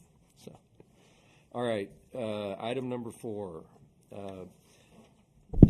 Discuss and take possible action on the creation of a Hollywood Park EDC email address for each EDC board member and issues related thereto. Okay, one of the things in the conference was that we shouldn't be using our personal emails or personal phones for EDC business, because if there's an issue, then all of that becomes public domain.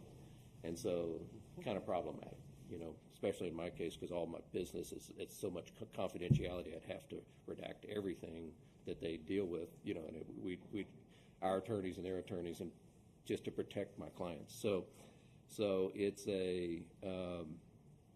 so we need EDC email addresses, and Janice is going to get us all set up with our own EDC email addresses and tell us how to access it. Well, I think, I'd like to discuss it if we could a little bit. Okay. You know, God bless her. Julie was, sending out emails from the Hollywood Park EDC email to businesses to try to get them engaged in the golf tournament. And she had spoken to me at one point. She said, I don't think whenever I send these emails out, it says EDC at Hollywood Park, because, our tagline is Hollywood Park, our domain, hollywoodpark-tx.gov. And she says, I don't know if they really look at it and know that it's from Hollywood Park. So we changed the access or the name to Hollywood Park EDC. So it now reads Hollywood Park EDC at hollywoodpark-tx.gov. Okay, so if the EDC wanted their own email addresses, which I think is a very good idea, you have two ways of going about it. One, getting a specific domain registered just under the EDC, which takes a little bit longer, or we could go ahead and add you to the Rackspace cloud that we currently have, and perhaps in the EDC could pay for that, and that would be a way for the EDC to pay for email addresses, which incidentally EDC did once before long ago. But I would suggest, instead of having to put, like, say, for instance, because that's a long name, Hollywood Park EDC J Chudnow at hollywoodparktexas.tx. I mean, that's a lot.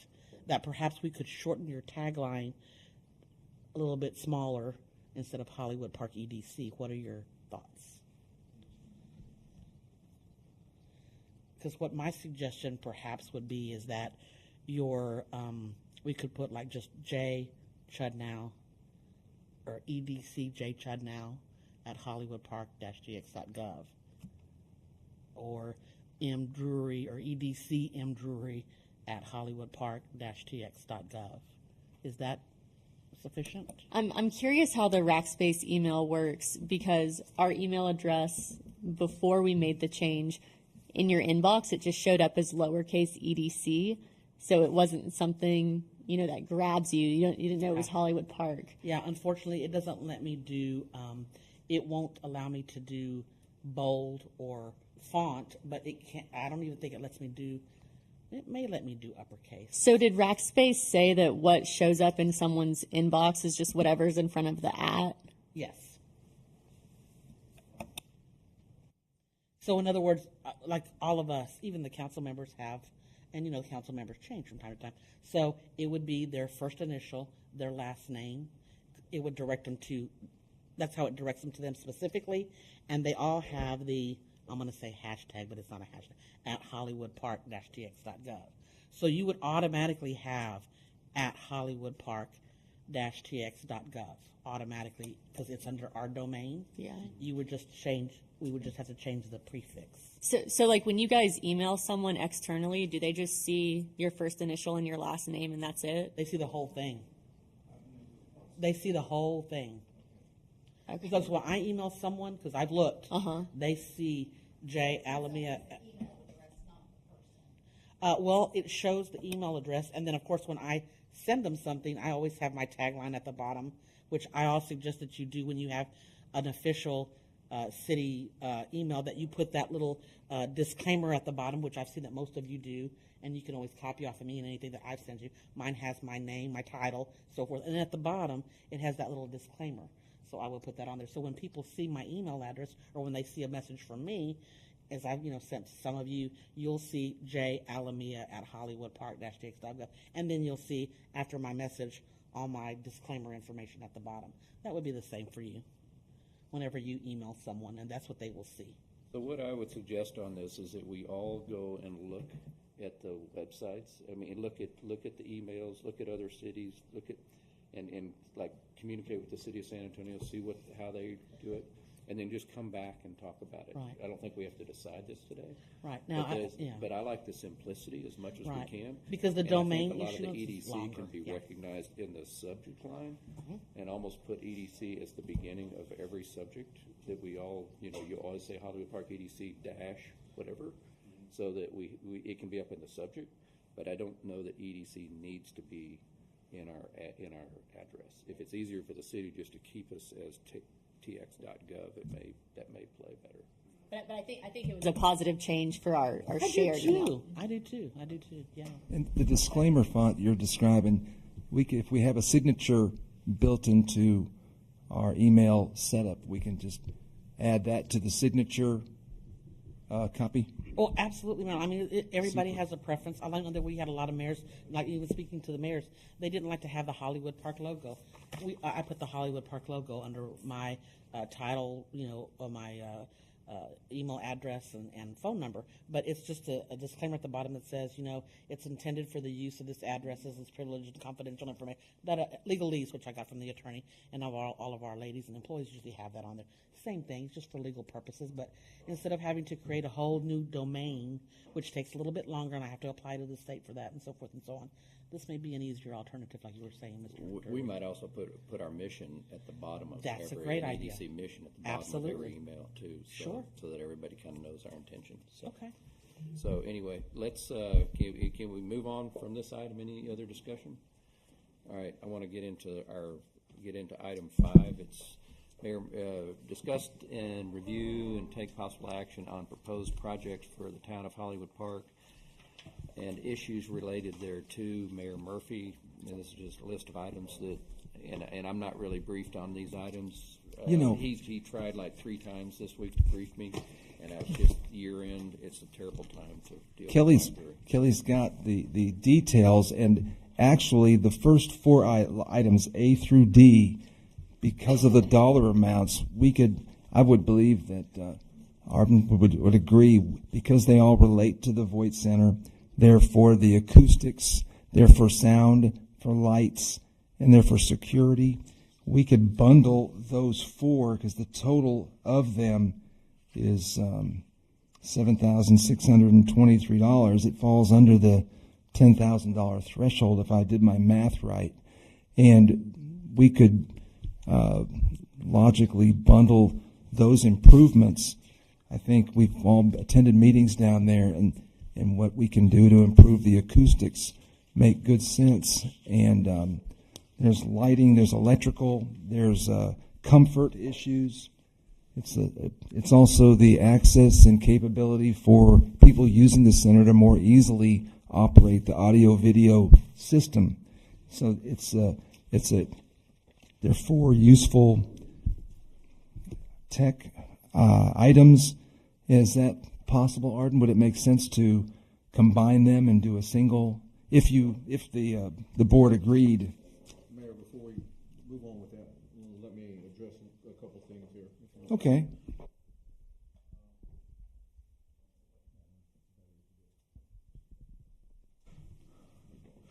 Okay, I apologize to you. A couple of these got put in here that shouldn't have been put in here.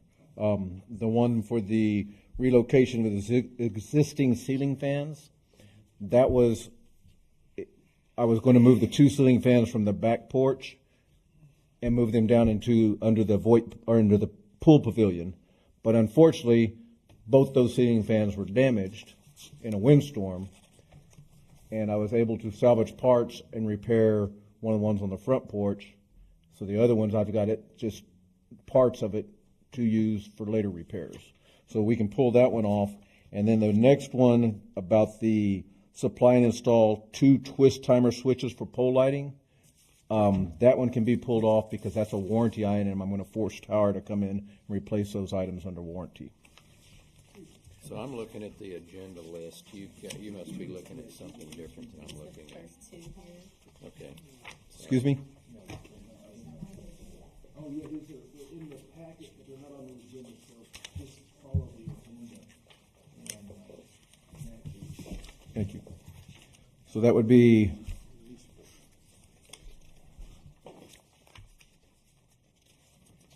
item C. And So the rerouting of the electrical and wiring? yes, sir. That one is the one that was for the ceiling fans. Okay. I don't know if you have the same packet I do with from Tower Electric. Yes, sir. That is correct. And then there's a one for $318. So the $850 is not needed? I think that should be pulled off because we're not going to do that. Okay. And then there's one for $318 for some switches.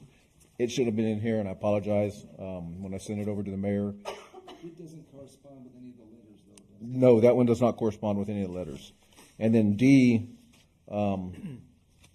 is upgrade existing Vigilon cameras. That's that'll be a separate one from ADT Protection. That's a larger $17,000 one, yes, sir.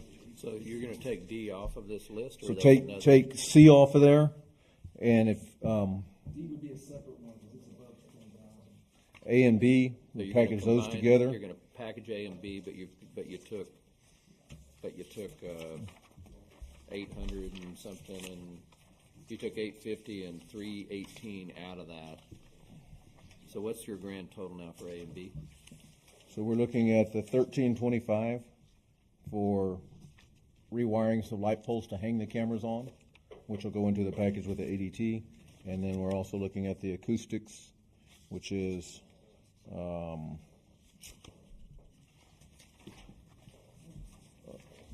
one is 1610.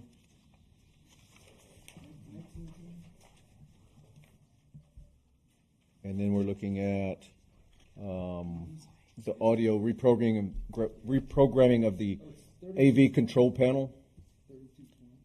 So right now, if someone wants to come down and use the Voight Center and they want to use the sound system, they have to pay for the entire AV unit to be able to use it, because I can't give them access to just the sound system.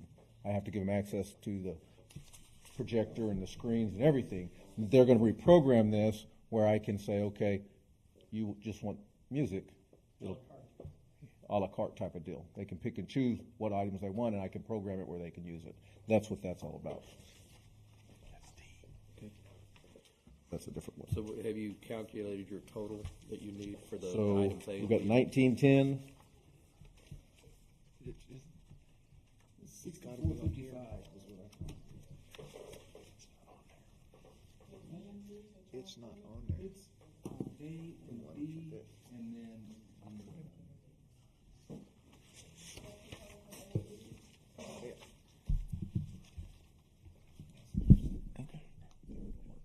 But the last one you just had for $1,910 is not on this list? I haven't seen that list, but no, sir, I don't. 3220 This is is what all A that can be talked equates about. to. And the touch panel. So let me say that we're going to have to get a resolution built anyway. Excuse me? We're going to have to get a resolution built anyway. Yes, sir. And it'll get voted on next meeting. Okay. So We can put it all in a resolution. So if what I'd like to hear is any discussion on general support of these kinds of things, and then to determine if we move forward with this resolution. That's really all. Do we go ahead and proceed with getting the resolution worked up? You get to vote on it next time. There's a.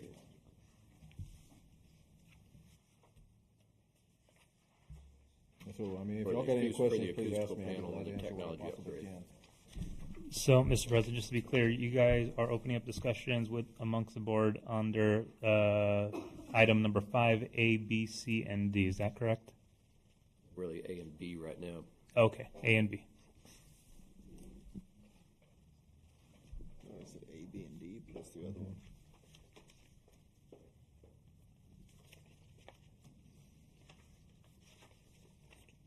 Kelly, I'm curious, you talked about right now when people rent it, they either rent all the equipment or none of the equipment. Yes, ma'am.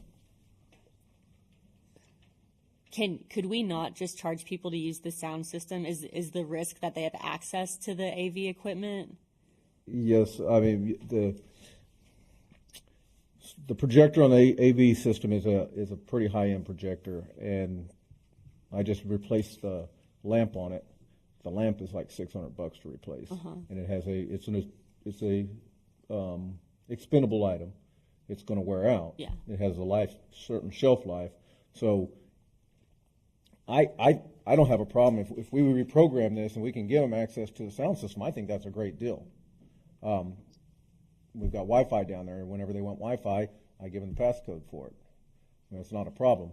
I wouldn't want them to have total access to how the screen moves up and down, how the shades move up and down, because unfortunately we get events in there where there's a lot of children and they start doing and things get damaged very, very quickly. Okay. So having a certain amount of control, even if it's just, okay, it doesn't cost you anything, but you need to ask me for the password so I can give it to you. So then you understand, hey, you need to make sure you take care of this stuff. I think is very important. What's the cost to rent everything right now? The AV package?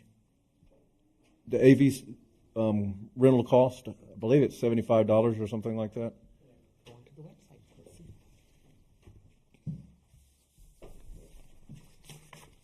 Let's see.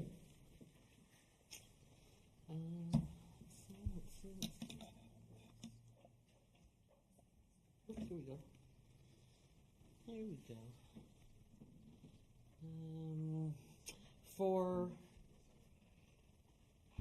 For a resident, 4 hours is $250. After the initial 4 hours, it's $50 per hour. No, for the renting of the audiovisual system. Let's see. Annual fee deposit.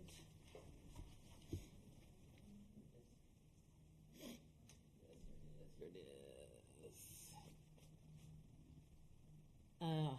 Let's see. Audiovisual fee.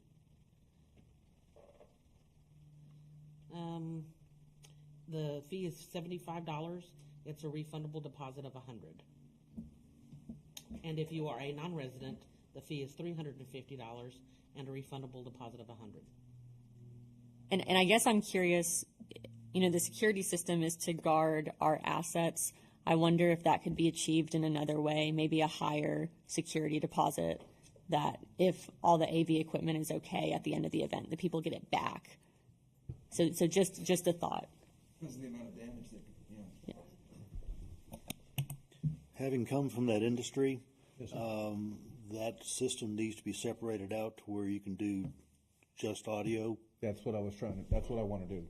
Have the panel where I can say, okay, you can have audio. Right. This is the passcode for audio. Because every time you turn that projector on, that light burns. Every time you turn it off, and if they turn it off without it cooling down, it's going to blow. Just a common person does not need to have access to the entire system. Yes, sir. And $75 is way too cheap. I know. I know. Mr. Howe knows that also because we've been doing research on what everybody else charges. We need for the whole VoIP package to be part of our workshop discussion. Our whole rate schedule, pool and VoIP. I was thinking if we were to bundle the A and B because they're sound related, access to the sound equipment, and the installation of the acoustic panels as one item at like $5,130. The security camera package, the $1,325 information from Tower Electric, because that's light poles, that's running power to light poles as part of the security system, I believe, and then the $15,000 for the security system, that would be.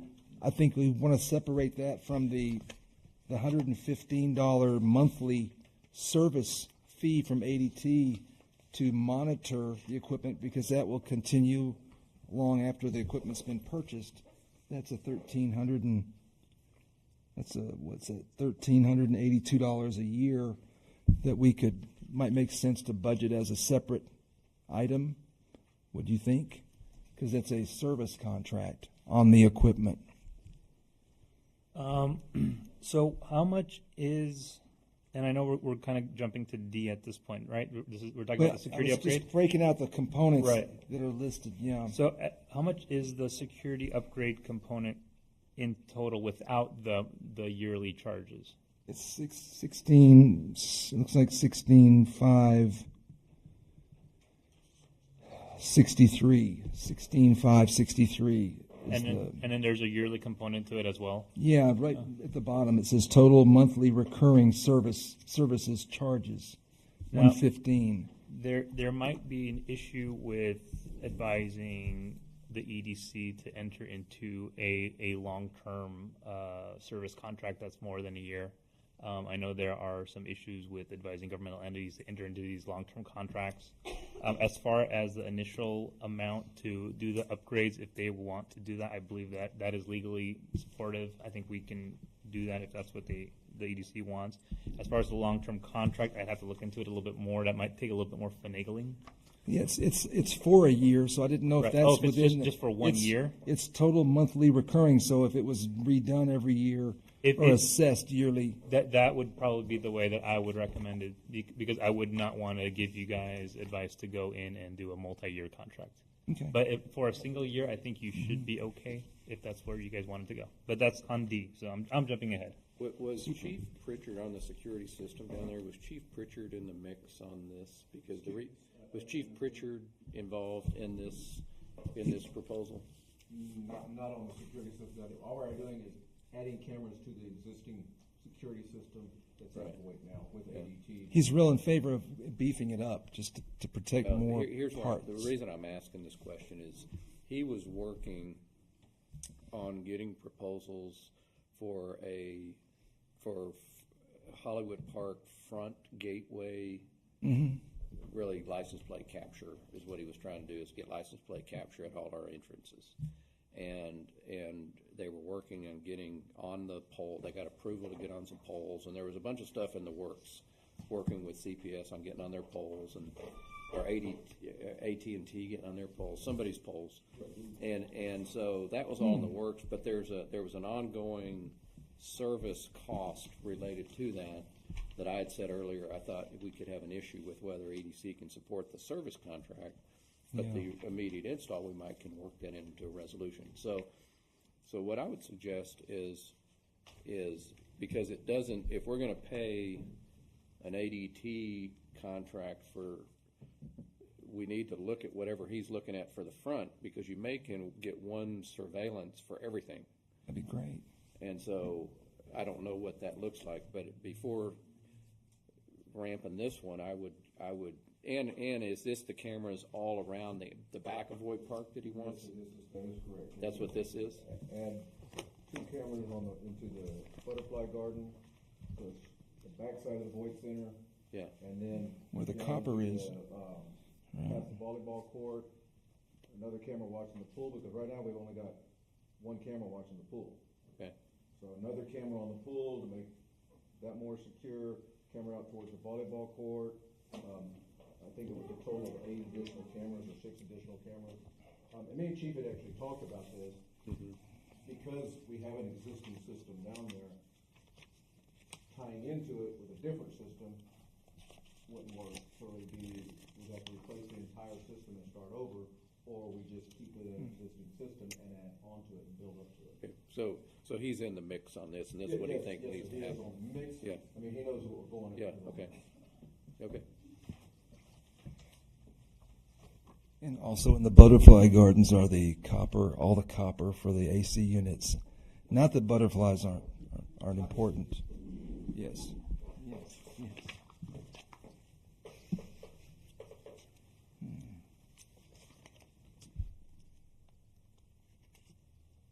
So right now, the monitoring and the recurring fees on this, right now, the way that system's set up is any of the police officers, while they're on patrol, can actually pull that up and look at it. They can see those cameras at any time. That's good. And this is just gonna add into it, so they can monitor the entire park from any place. Okay, so you need a security upgrade proposal for the Voigt Park area of not to exceed how much? I know it's at 16,563 without the annual contract.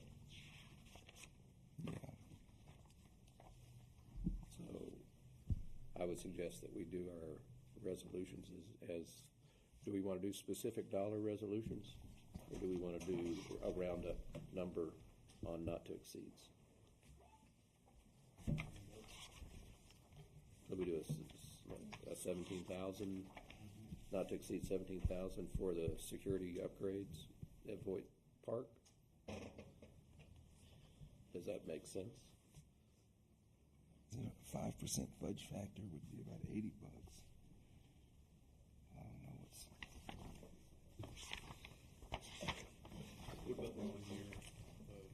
Well, I think we're going to defer to Artie on that.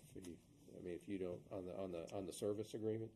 Well, I think it personally believe service agreements. We ought to just leave all service agreements with the city and let that come out of operating funds. You can go either way with it. I would just avoid multi-year service agreements. If you're doing it for 1 year, I would go with that. If it's multi-year, I definitely would not.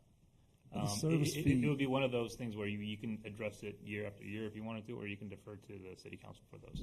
And if we're paying less for a less sophisticated system currently, I think you're right, and then we get the license plate cameras, and that becomes another element that'll keep changing the amount. So that would be better probably addressed through the city as it changes, and just concentrate on the hardware.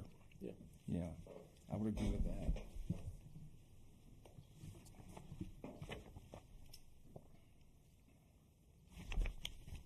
We have a motion on that item. What about we kind of left items A and B for the acoustic panels and the technology upgrades within Voigt Center. For the panel. Yeah. What was the grand total? You were at 54.55? 5130. Okay, so we could do a not to exceed 6,000 on that item.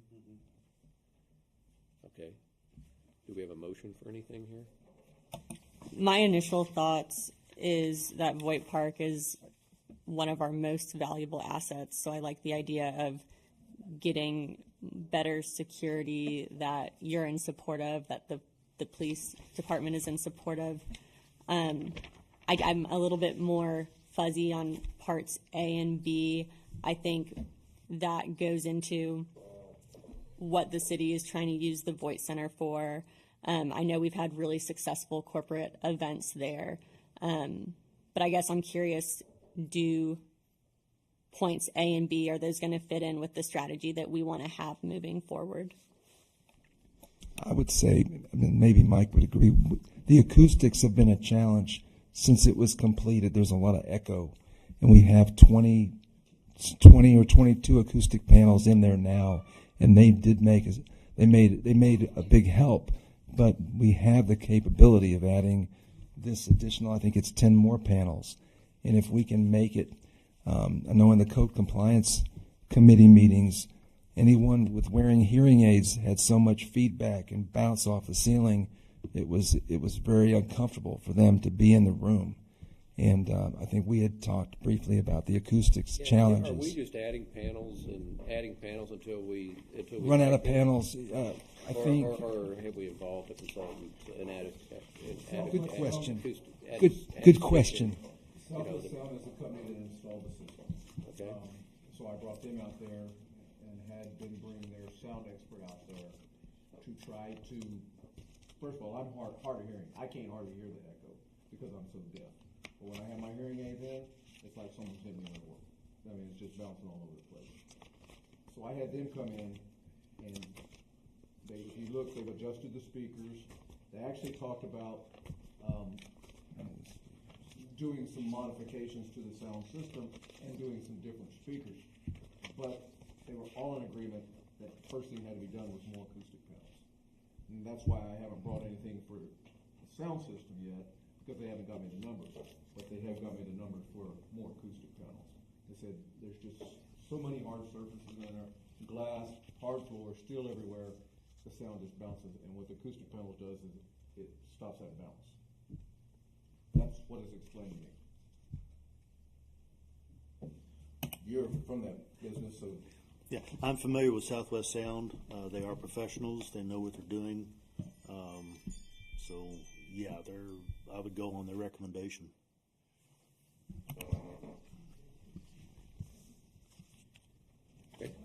Do we actually need a motion and a vote to get, because we're just talking about getting a resolution drafted, right? Right, we're just trying to figure out what's. So do we need to vote to get something We just drafted need to that we make a can vote motion on? to ask them to make Or a do we just resolution. tell you? Just let me know it's already on here. I know we have a motion for the previous one. If there's a specific wording you want on it, just let me know. But I kind of know, and I could work with Kelly a little bit on what the wording is supposed to be. Let me know that the EDC, well, the motion is basically, does the EDC want to go down this route and just make a motion to advise the attorneys to make a resolution on 5A and B, and I'll do it. Not to exceed X amount, that sort of thing. Yeah, if we're doing a resolution for that $6,000 amount, I'll know what that is. So I just need to know that you guys are for it. The big thing we're looking for is anyone against the doing a resolution on these, so that we don't spend legal fees getting a resolution good done. That's what we're really looking for here. So, yeah. On the acoustic panels, the acoustics are horrible down there. Mm-hmm. We have to do something. Mm-hmm. So I hope y'all will figure that out. Yeah, I just want to be sure that it's the most professional solution. If we need to bring in an acoustical consultant to go in and tamp the room and check it and do all this and figure out, because it's not my experience with these kinds of spaces is it's not just a panel solution. There are lots of aspects that affect acoustics. Yeah. Yeah. Would you consider it a good use of funds in an attempt to improve it, and then see at that point what we need to do? I guess that would be my question. I get the impression that they do, that the sound folks do. They were real honest and said this isn't going to fix the problem completely. This is a start to it. Have to change the way the speakers are hung. Instead of hanging where they're pointing straight down, hang them on the side so you get some cross. They want to put an equalizer in. There's no equalizer in there, so you can't control your bass or your and they can put speakers on delay to where they sound at different time, so they kind of do corrections within the technology and stuff like that. So, this is just a start. But what they did say was everybody was in agreement. Look, no matter what we do, you're gonna put more acoustic panels. Yeah. So that's why I brought this in. Okay.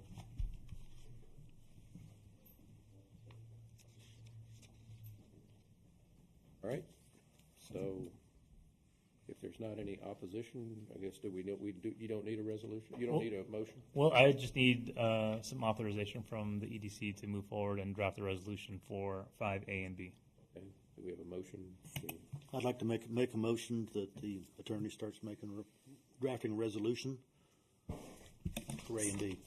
Second the motion. All in favor? Aye. I think we want to make it 6,000 not to exceed on that motion. Not to exceed $6,000. I got it. You got it. Do we want to do a motion on the camera upgrades? The 16,000 not to exceed camera upgrades? Motion to create a resolution for the cameras not to exceed 16,000. I second. Okay, all in favor? Aye. Motion carries. So I'll, just as a brief point, I will create both of those resolutions. The second one is going to be the one that requires city council approval, so the EDC's approval and then 2 readings by city council and their approval. So we'll put all that into that second resolution. Right. Okay? Okay. Can I just say something? I thought it was 16,563 to begin with, was the estimate. That is correct, it was 16,563. Yeah, and if, Originally, you said 17, though, not to exceed 17. well, that was for just a margin of error installation, pieces, parts. I was thinking a cushion. 5% would be about $80 if we wanted a 5, which would make it like. So you're saying that the amount was 16,563. I thought it was 15,563. 16,563. So we need to make it. The electrical work the tower has to do to support the cameras that we're going to install. Okay, so we need the motion to be 17,000. 17. So amend the motion for the amount that was Okay. originally said, 17. Thank you. Yeah. Appreciate that. Yeah. We were going to have a whole nother meeting over that $1,000. I appreciate all the time you're going to save us. So we'll eat dinner next meeting. Okay, so we've already covered item E, the equipment for the Hollywood Park Fire Department. Item F.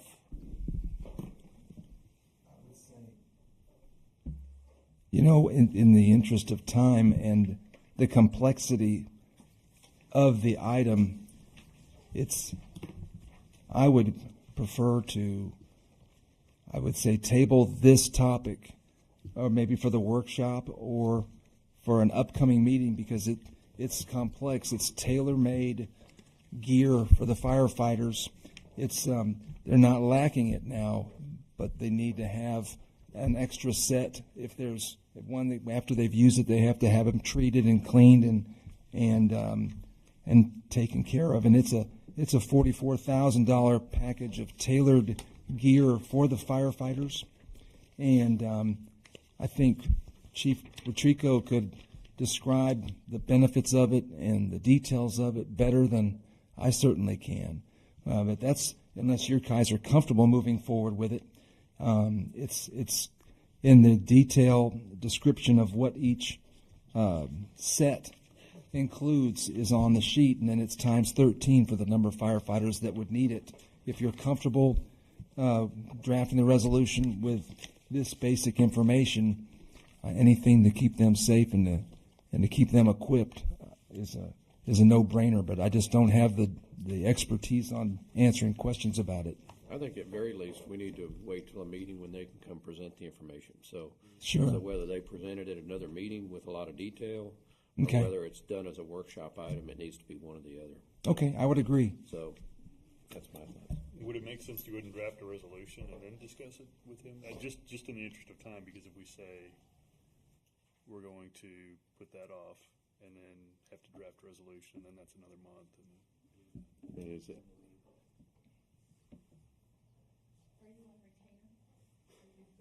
I get paid no matter what. I shouldn't say this. I would advise against authorizing a resolution before you guys are sure you want to move forward.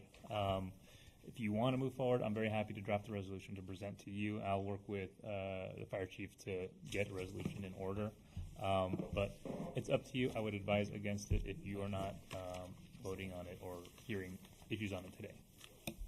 I agree with Mike. I'd like to hear them present.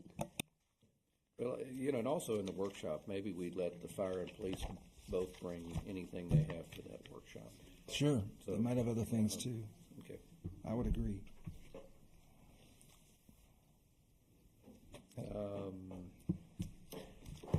So the last item is on that list was the purchase of software for Hollywood Park Court.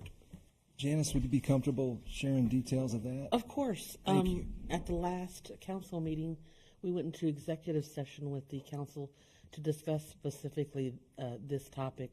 Apparently, we are going to be tasked now with having to bring civil matters into court, and we do not have the software to process that. And what I mean by civil matters, and maybe Artie, you can bring some light into it. Ryan was talking specifically as an example now that we have code compliance, and if there are issues related to that and coming to court and appeals with that issue, we need to have the software to be able to process all of that information and paperwork, which we currently do not. So we are currently lacking in that software in order to be able to process those complaints. We haven't received one so far, so far so good, but we will need it as soon as possible in case we start to build on cases like that. And Artie, would you like to go ahead and talk about that? You probably can give the legalese better than I can. Yeah, and this is one of those things that is a very fact-specific expenditure. From what I understand, and I believe this to be true, and let me know if it's not, this is for the Encode module for civil abatement matters. Is that about right? Yeah. The Encode module for civil abatement is really useful if you want to impose your code and ordinances against non-compliant residents and businesses. And the businesses is the key issue here, at least for the EDC. When you have a row of businesses that are all following codes and ordinances, and then you have one that pops up that sticks a giant sign in the middle of the sidewalk, you have a really big problem, and you need to act fast because everyone else is following the rules and they're not. We have cases on this right now that are going through district court, and if Hollywood Park has a matter, it would go through district court. Whereas if you have the ability because Hollywood Park is a court of record, right? You have the ability, as you are a court of record, to handle these civil abatement matters in municipal court. So you don't have to hire attorneys to go to district court. It circumvents a lot of time, a lot of trouble to do it in-house. We do it for a few of the other cities that we have, and if you have this module, which I don't think is that expensive, but it is a expenditure, there is a benefit to the businesses in the area, and I believe it will be an attractive point if you have people coming in, and it'll be another attractive point if you have issues with regulation of your codes. So I see the legal support for this, for the EDC to support this expenditure, just because it is for the civil abatement module, and it has that ability. It expedites enforcement? Is that Yeah, basically? because you're able to not only cite, but also bring the matter into court much quicker than going into drafting a petition and going to district court, which we have done, but it takes a lot longer. In addition to being quicker, is it cheaper to do it in-house? Quicker means cheaper. Yeah, especially if you're talking about attorney time. And then is the license good for how long? Forever? Or? As long as, unless there's an upgrade or something like that, in which we would pay for an upgrade. We'd have to pay for the license entirely, but yes. Okay, but there shouldn't be an upgrade for a while? I wouldn't think so. Okay.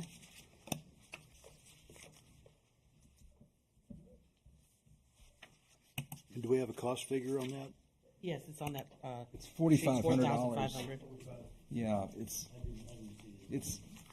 in the middle of the packet, That's a contract total. right before the police department, after Public Works. And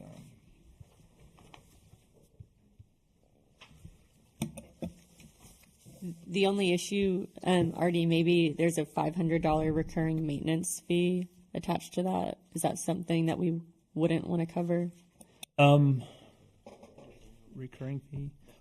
Well, what I would advise is, if you were inclined to do this resolution, I would authorize expenditure, a motion to authorize expenditure of $4,500, or was it $4,500 for the purposes of purchasing this program, or if you want to cover that first year of recurring fees, to cover that as well.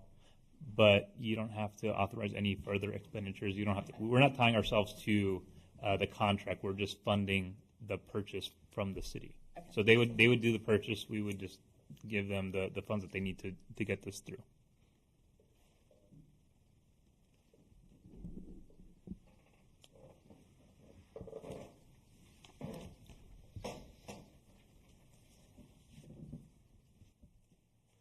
Okay, any discussion, citizen comment? Do we have a motion?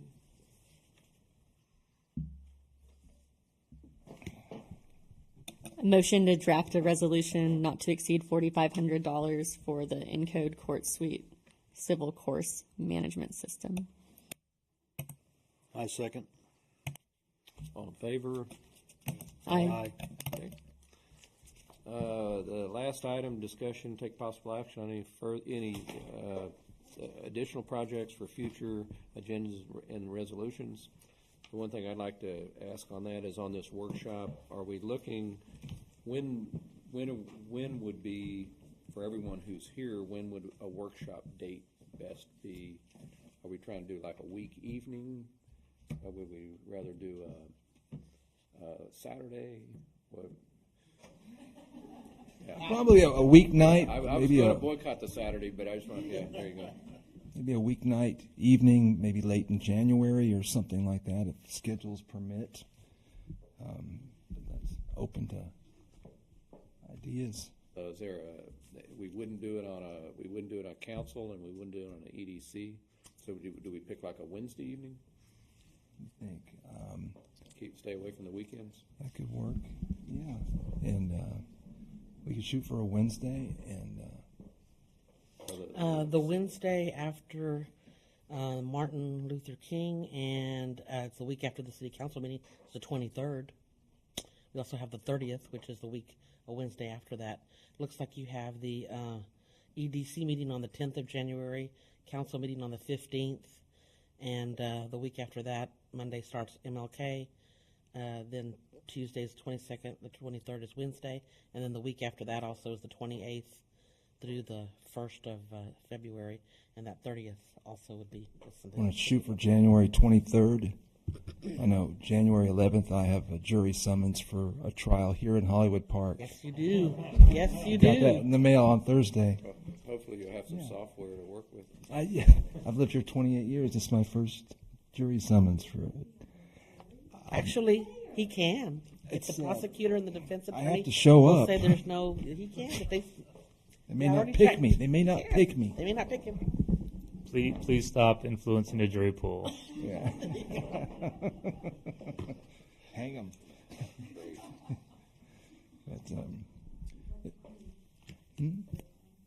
But 6 o'clock, is that probably a good time to give people time to get home and get there? Shoot for 6 o'clock on the 23rd? That's a great time because I won't be here. Oh.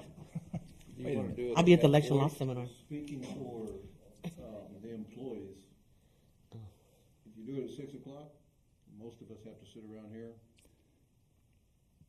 because we get off at You're here. 4 or 5, and I go home and then go back. Okay. So if we had it earlier, it'd be more beneficial to. You want to do for 5 o'clock? I'm all for 5 o'clock. It works better for. What about you guys? I like the 5:30 time that the EDC meetings How about you, take. Mr. Jeff? 5:30. We can compromise and do a 5:30.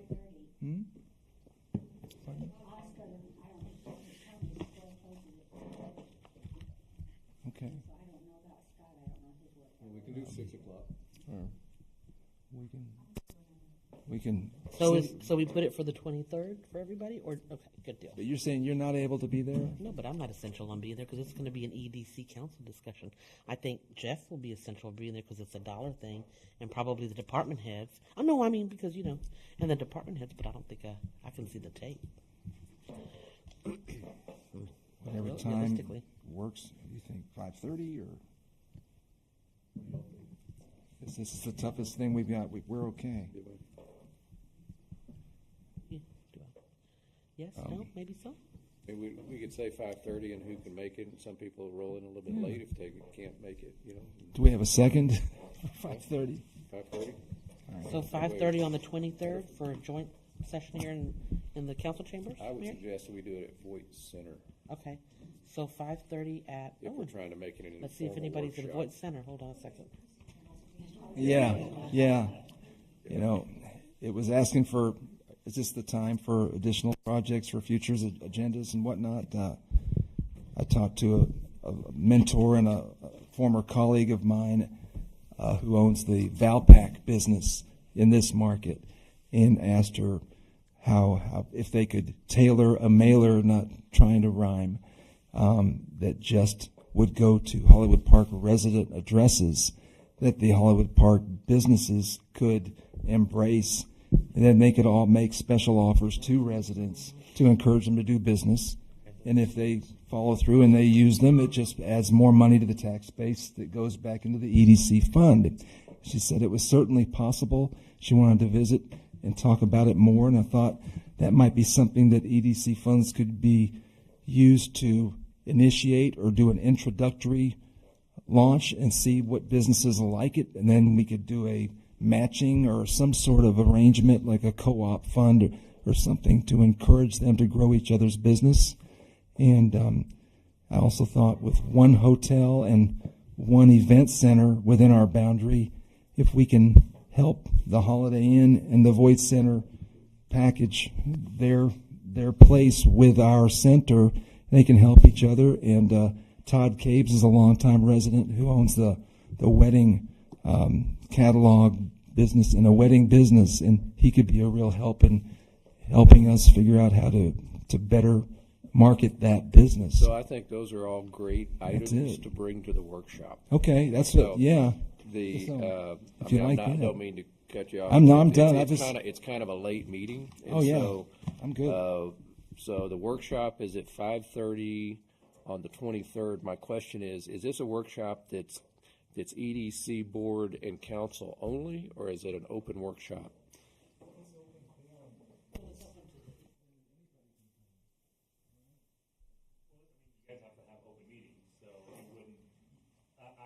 I mean, it would be an open meetings, but is it put in the Sparks? Are we promoting this workshop?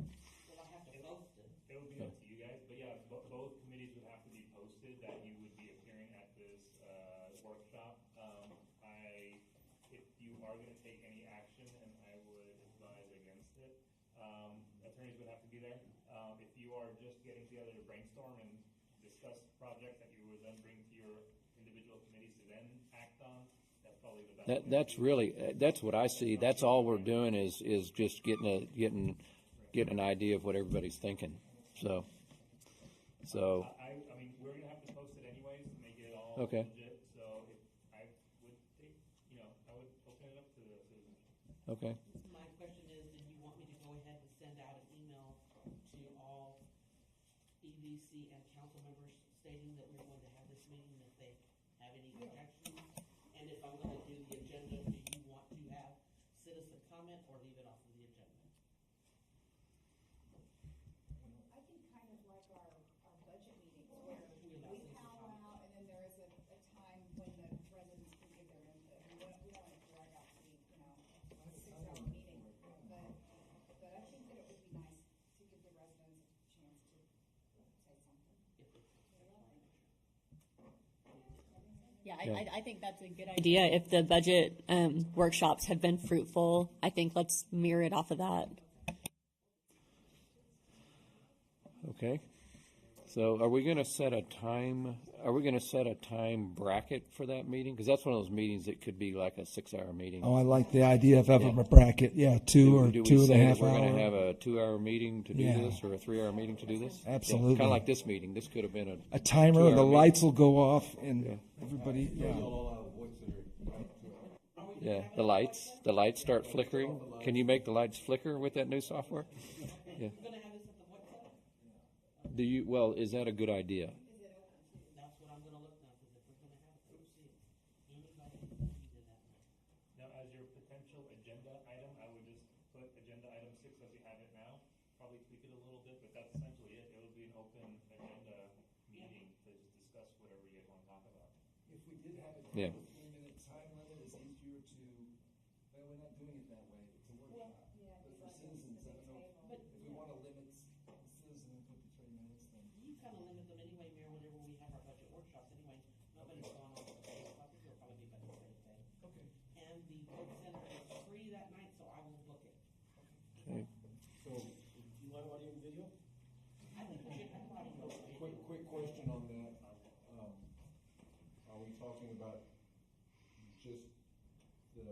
EDC and council, we're talking about EDC, council, department head. I need to know so I know how many tables to set up and how to set the chairs up.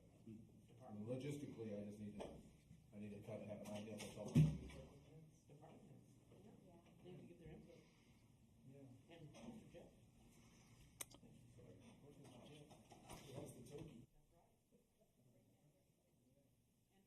Let me ask you this: do we want to, if we're going to do this, do we want to have walk-ons, have dinners down there? If we're doing a 5:30 and we're going to go till 8, I'm over here like my stomach's growling right now. So.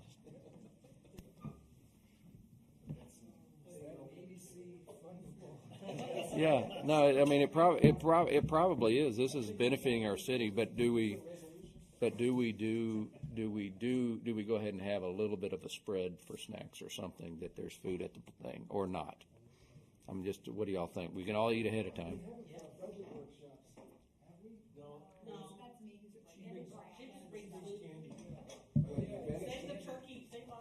The advantage to not having food is people start talking faster because they want to leave. So, you know. Well, it's not working here, let me tell you. All right, no food, hard chairs. This is all working. We're good. Okay, is there anything else? I just wanted to make a very, very, very important announcement. The last thing I promised. Okay. Very, very important. We have a new dad here in Hollywood Park. Ari just found out he's going to be a father. Oh, congratulations! Wow. Yeah. Man. Well, we got to bring that up to a vote. All right. Well, congratulations. That's great. You seem very calm for Appreciate the spirit of cooperation. We've got a lot accomplished. We covered a lot. So thank everybody. Thank you all. Meeting adjourned.